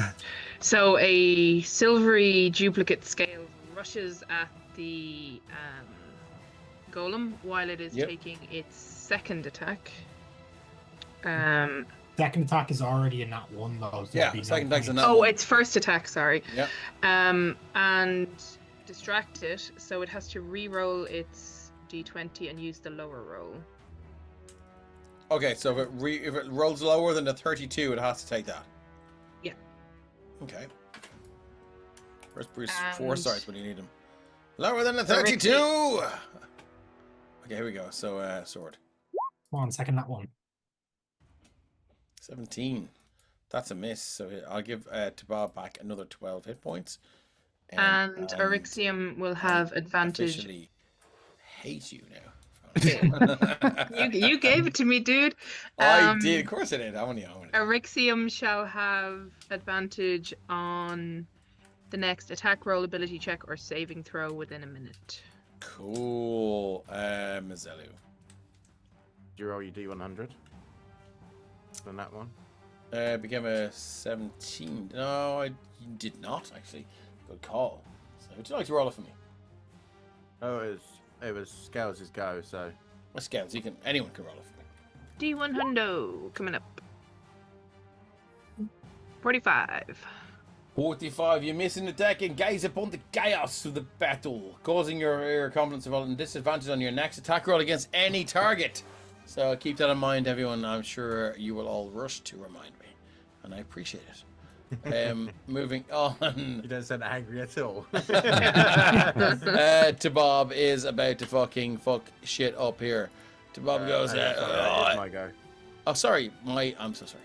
No, that's alright, it's alright. It was my fault because I messed you up before. It's okay, go on. Mazzelli, what have we got?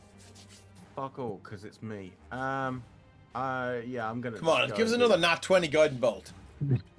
I mean, alright, if you want it.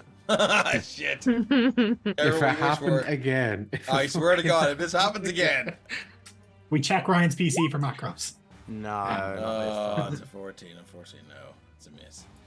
this time. Mazzetto's just coming like, I got this. There you go. It's fucking now. But then I was like, now I know how to do it. And then it just doesn't work.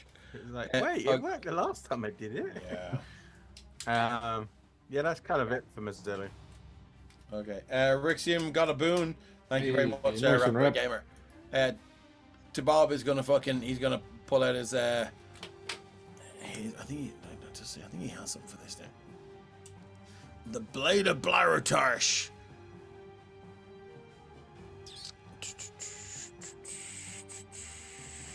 I think look. I know it's against the rules, but he's gonna go 2 attacks with the longsword one-handed, and he's gonna drop a smite if he hits.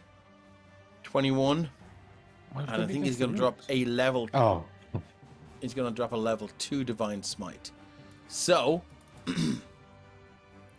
I should click in. I can just 1 divine smite actually. So here we go. 15 radiant and 6 is 21. And then he's gonna roll the second amount of damage, and he's gonna drop another divine smite. 18 and 4 is 22.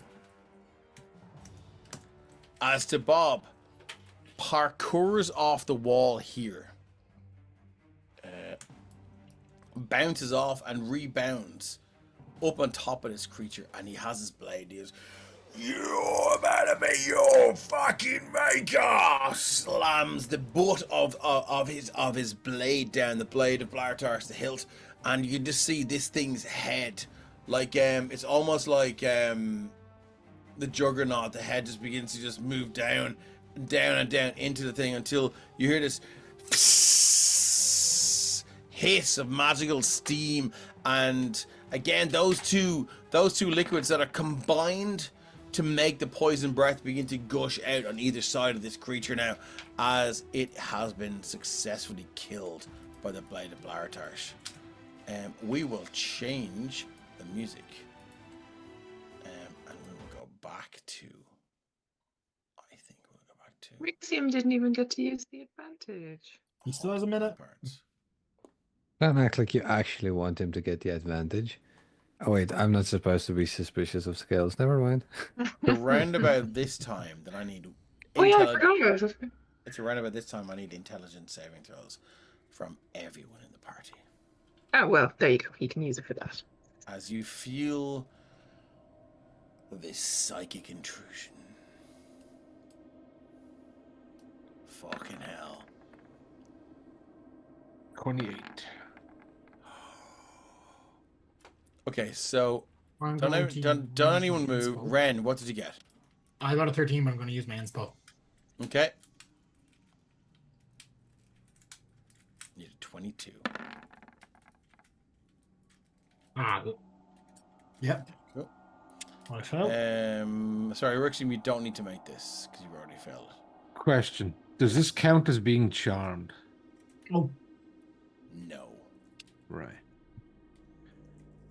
Did anyone? So who beat a 22?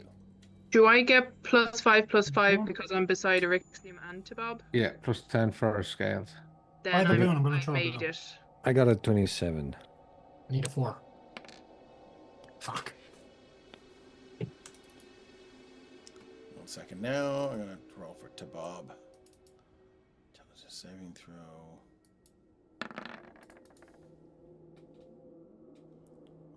He's not gonna make it either. So who? So Ren, did you make it?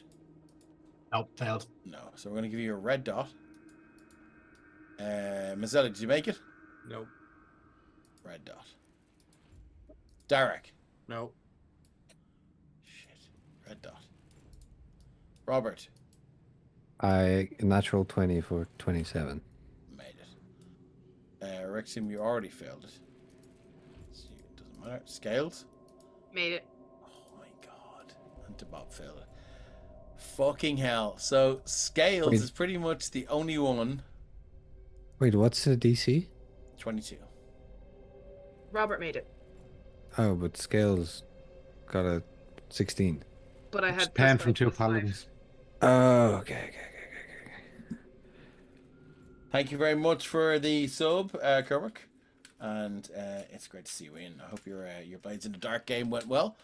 I think this is a good place to leave it for tonight. As I disagree. as something interferes with this this sense of victory, this positive, overwhelming feel of, okay, I mean, that was a seemingly insurmountable foe. We did really well. And then Mizelu, you look at Darak. Darak looks at Ren. Ren looks in at Orixium, and Orixium looks at Debob and goes, it was too fucking easy. This is a trap. They've already. Who did I not? Who did I lose sight of? Who left my Orixium and Scales went around the corner, and Debob went there, and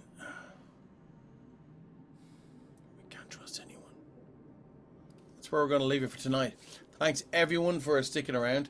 We might do maybe 5 minutes on. I think I'd like to discuss the murder. Can we call it murder? Massacre? The massacre of the Temple Guards. Mercy killing. So, Massacre needs to be minimum 10. now look, I need, like, I know where the characters are coming from. And I kind of, I'd like to get the player's point of view on that as well. So I'm going to start with Scales. Dave, Yeah. is it at all possible? I hate to do this, but You way past my bedtime, and I you work got a book. tomorrow, No problem. so- Don't worry about it. It's fine. Talk to you later. Okay. Thanks, Joe. Thanks, Talk guys. to you soon. Thanks, Joe. See you soon. Soon. So do you want Scales' thoughts or Fona's thoughts? Both. I want Scales' thoughts first. So I think Scales is still unaware of the initial murdery, whatever we're going to call it, in the side room. But just for what he saw, for what went down, he's deeply disturbed by it. Will he carry it on with him? He will and he won't, because I'd say by the time, even possibly already, I'm not quite sure if the fight was enough to kind of block it out, but Scales forgets things very rapidly. They just slough off him like water off a duck's back, and nothing. It takes an awful lot to actually sink in and adjust his personality or become part of his conscious thoughts. But I do think there will be a certain amount of, he'd be less likely to want to sit beside Mizelu or Rixium or Ren at the fireside. He'd be less likely to want to take, he would be less eager to be like, oh, I want to take a watch with them. He'd be more inclined to be like, no, I don't want to be on watch with them. And is this because he remembers, or just? I think it'll have shaken, like, so Mizelu and Ren in particular, and Rixium to a lesser degree, would have been sort of people who just he innately trusted that they do right by him, that they're good, that their advice is what he would seek. But if you're saying that that he forgets things a lot and it's like water off a duck's back, is this now just going to be a good feeling? Good feeling, yeah. Just sort of. No, I'll take a watch with. Oh fuck. Yeah, and who's he gonna take a watch with? As well. Robert, I guess. Okay. Derek. No, and like it's not to say that it will last as well, because it took time for him to feel that way about those characters, so it would take time for this to fade as well. But again, living the experience will be what Scales feels. But certainly at the moment that he was seeing that going down, he was starting to think, like, who am I in this with, and what happens if they turn on me? Like, these were their colleagues or their teammates. Absolutely, yeah. in the temple, and they can so easily turn on them. So it did shake him a little bit. My point of view, and if he'd seen what happened in the room, if he'd seen what happened in the side room, I think he'd be absolutely appalled. Like, he was a bit confused and didn't know what was going down with the interrogation scene going on, but he was a little bit like, okay, maybe there's an interrogation that I don't understand. But the just killing things that get knocked out of glass jars and that would definitely have been something that would have hit him hard. But he didn't see it, therefore he doesn't have to feel anything about it. I totally get where they're coming from. Okay. Yeah. Arixium. So let's talk about that. Is there any part of Arixium that is like, these could be acolytes of the Platinum Dragon? I mean, is there any part of him, like, is he that switched off that he's just like, no, let's murder them? Like, but like, so Ren was like, well, look, we can do the thing and blah blah blah blah. Is there any part of him that was there like, well, look, there is another way?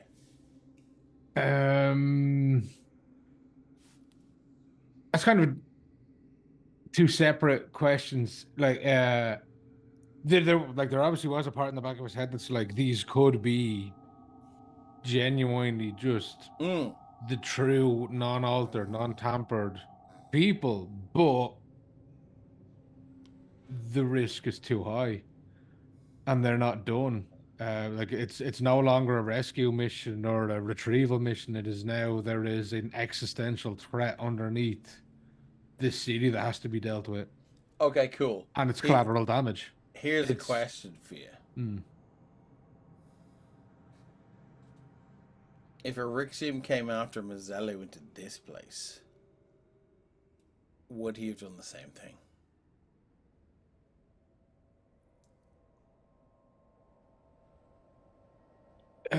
Yeah, I would have said so. Yeah, because it completely changed the circumstances. Like, sorry. Yeah. Like, so yeah, if Mazzellu was here and Arixium came along to rescue him, the way Mazzellu rescued Arixium, and you've no way to know. He probably wouldn't have done it in the same circumstance. It could be one of those, like, I'll take the of first mice and watch. men. Well, not more of like of mice and men moments. Like, fuck. Can I as a kindness, like, Yeah. Jump in. So if that was the situation, and Arixium got to Mazzellu would probably tell him how he feels, and then kill himself anyway. A life cleric? My whole thing is to preserve life. If my life is the cost of other people's, easy choice. Easy choice.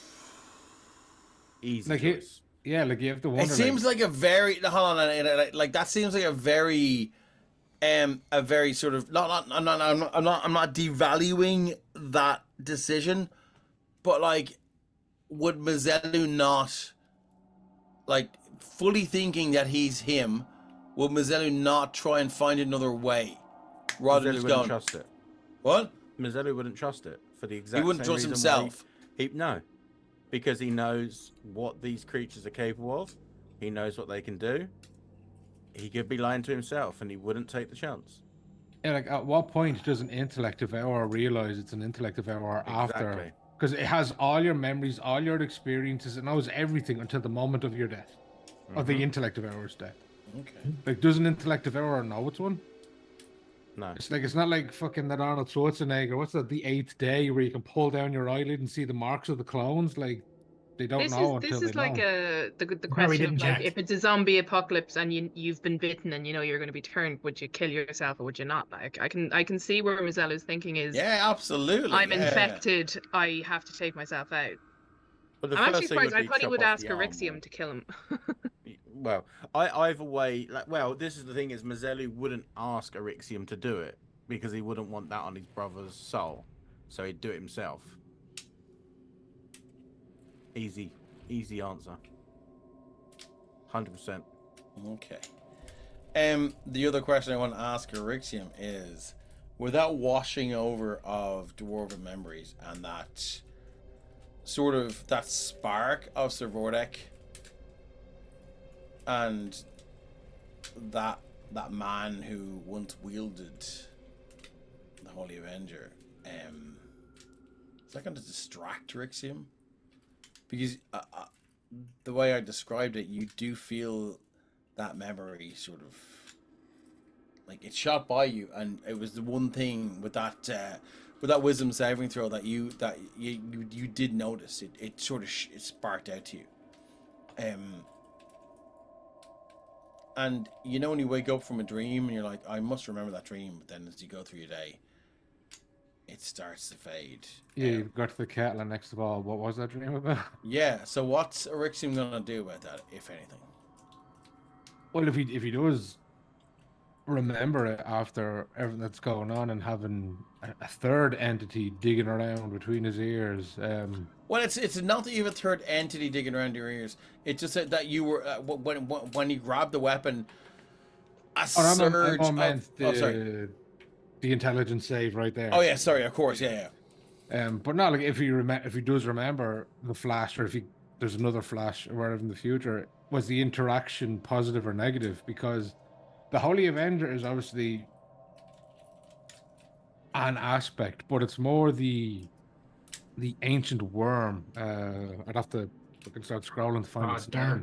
I have it somewhere. That seemed like the bigger instance. Now, obviously, the Holy Avenger was important because it proved corruption in the church, but the church is a bit sideways at the moment. Yeah.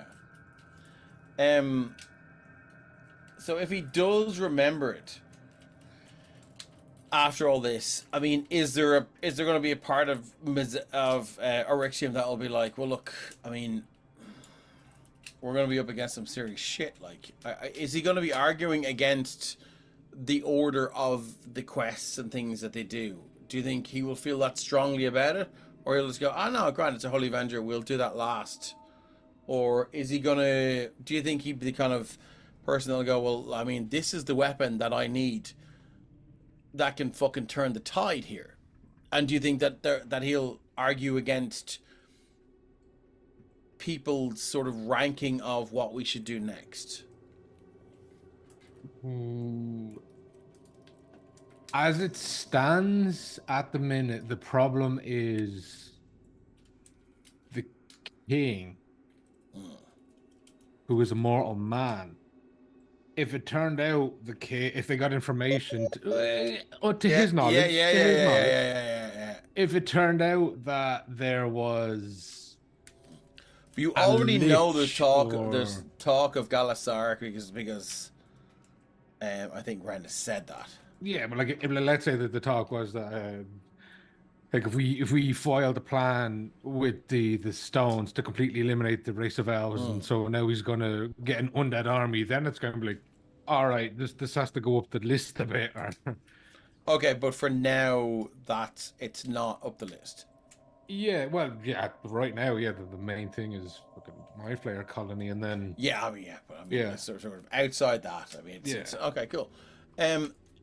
Ren. Yes. So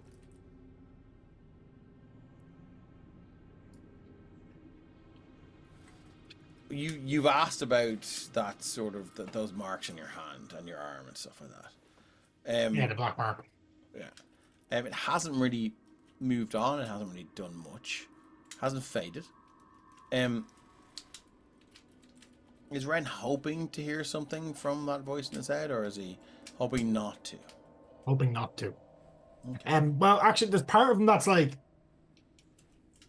he doesn't like not knowing what's happening, in the sense that he's working against this thing. When it's taunting him, occasionally he's getting bits of information that might be useful. Okay. But at the same time... But does Ren genuinely think that that entity is that stupid as to give you information? Does Ren honestly think that this creature, through hubris, is actually giving away anything it doesn't want to give away? Does he think that that's possible? Like, is Ren in is he in the frame of mind where he's like, yeah, I'll just keep it talking and I'll learn stuff? Does he think that? Not particularly. It's okay to say yes. Like, it's more so that, like, it's reveal things. Like, there's something up in the mountains. Ren knows that now. Well, I told you that already. Yeah, so it's like as soon as you found the first shard, it told you to go up to the mountains in Artax. That was the first thing it said to you. Exactly. Finding them. So bits of information like that, Okay. Ren can ideally weaponize against it. It hasn't really given anything since, but clearly, if it is Galisar, which is what Ren assumes it is, seems to have a bit of an ego. So Ren's hoping that if it is like taunting him, it might let something slip, but it's also at the same time he's like, I'd rather not hear from it. But if I I haven't do, spoken to you in a long time. it tried and then was cut off. Yeah. So it's one of those things. Ren isn't sure if it's maybe distance, like now we're so far on the ground it can't reach him, or if it's moved on to one of those many other servants it's mentioned them before. That's what he's mostly hoping to hear about. That it'll taunt him that something's coming, that he'll get that heads up. Oh, actually, I need to be on watch. That's kind of the only thing he wants to hear about regarding this. Okay, Mazzelli, your deal with the chain, and I know you said you worded it a certain way, but what you're dealing with are a bunch of people who will, I mean, there was no contract written down or signed in a certain way. What you're dealing with are a bunch of people who are insanely powerful and are still going to come looking for payments no matter how you word the contract. Well, your interpretation of the contract. Is this something that is that Mazilla's even considering, or because you know the power they have? They have people everywhere. Oh yeah, but like, again, it doesn't matter Why does it not matter? because it's all going to happen the way it should. Okay, Gotta love faith.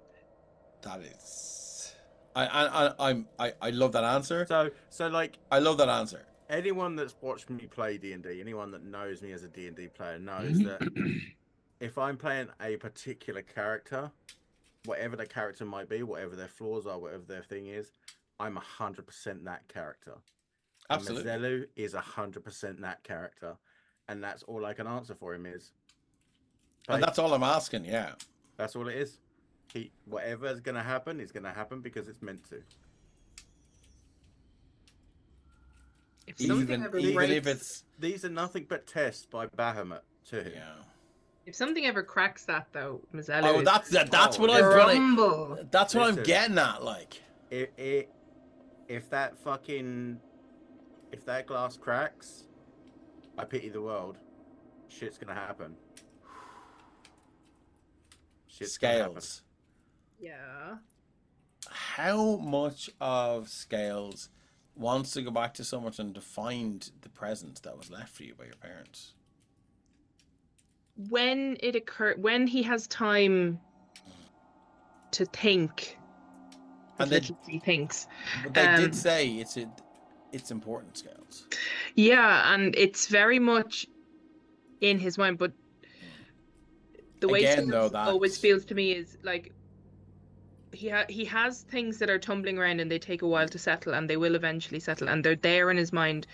But when there's a fight straight in front of him, he's only about the fight that's straight in front of him. Yeah, when somebody has tingly num-nums in front of him or gives him a fidget spinner, his intention is 100% on that fidget spinner. When he has those moments where, you know, you're at the fireside, you're on watch, you've had your chat, and you're just kind of watching, but you have that moment of nothing else is going on. There's nothing actively in your face. He thinks on these things, and that's one of those things that I think is a big thing, that if there was ever a moment where we were like, okay, cool, we don't have a quest on at the moment, what are we like, oh hey, we have a week's downtime, what should we do? That'd be number one on his list. Okay. I need to go back and find what my parents left for me. But since he got that vision ages ago, there actually hasn't been a minute when one thing didn't immediately give us an urgent thing that we needed to go do. But if we had another session or another time where he's too busy, finish what we're doing and go back for 2 days rest in Somerton or in Templeton or something like that, and people are just doing their shopping and sending their messages and sending their books off to be published and whatnot, that's when he'd be like, okay, I need to take a bit of time to head back and get it. There's no Temple Town left, is there? That's what I I was don't going to think say. so. Yeah. Once was Templetown is what's on the map now. I think Also, that is. though, I will say I was really Yeah. delighted to see the bookshelf today because, like, way back in, I think it was Templetown when Robert and Scales were talking at some point. Scales wanted to find a book about all the Dragonborn stuff, and Robert says when we go to Artex, we can go, I think it was Artex, we can go to a library. I'll bring you to the library and we look that up for you. So this is the first time that I think I've ever seen bookcases that I was like, oh my god, there's a pile of books. Scales can have But a you've look. been in Artex for fucking ages, wandering around the place, like Yeah, on but we Scales' day off. Remember Scales' day did off? Yeah, Scales Robert. had a great day off, but Yeah. he wasn't at a library, and Robert wasn't there. So this was a chance where he was like, oh look, books. I think that's a good place to leave it. Some amazing RP tonight. I'm really excited to see where this story goes. There's a good bit of it left. But when you guys get back out, if you get back out of here, If we get back out. Sopherone's going to be quite a different place. Nothing too extreme, but All you need to think about is the great words from a very wise man. Just gotta have faith. respect to the man in the ice cream van. Yes. Oh, how much is the fish? And with that, we will leave you guys. Thank you so much for sticking with us. Thanks to those that dipped in and dipped out. We love you all. Come along on Sunday for Daggerheart episode 2. And then on Tuesday, GM Rep is going to be doing a Ravnica one-shot. And then on Thursday, we're back with Candlekeep Mysteries, where it's PvP galore. So we'll see you soon. I don't know who we're going to... Tomorrow, And also, don't Rhino forget- is getting sick with alcohol. Oh, yes! Jesus, yeah! So what time does that start? 8 p.m. GMT. Or BST, That's Saturday, whatever the right? fuck it is now. Tomorrow. Tomorrow is Saturday, right? Yeah. Tomorrow Cool. is And the Saturday. hangover scream Sunday. Yeah. Well, look, It'd be me just going, if you can fire me over like a post or something that is Twitter sized, with a picture or of something, I'll throw it up on the EC socials, and Awesome. we'll get that out. And we'll hopefully get you a few EC heads in there. Who Yeah. are we gonna raid? It's gonna be fucking messy, that's for sure. Cool. Who are we gonna raid? Let's have a look. I'll have a look for you. House of Grim is one viewer.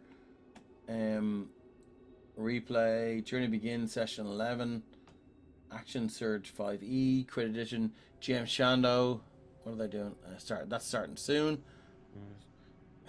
Here's a question for you. Yeah. Would the head of an automaton golem used as a helmet count as armor? Well, do you know what? Before we go, let's do a creature loot. Okay, give me 1 second. I think we found helmets before, and that helmet would have counted as armor. Okay. Let me I just think it's specifically anything that affects your AC for that is usually how I would rule it, but obviously Dave's game.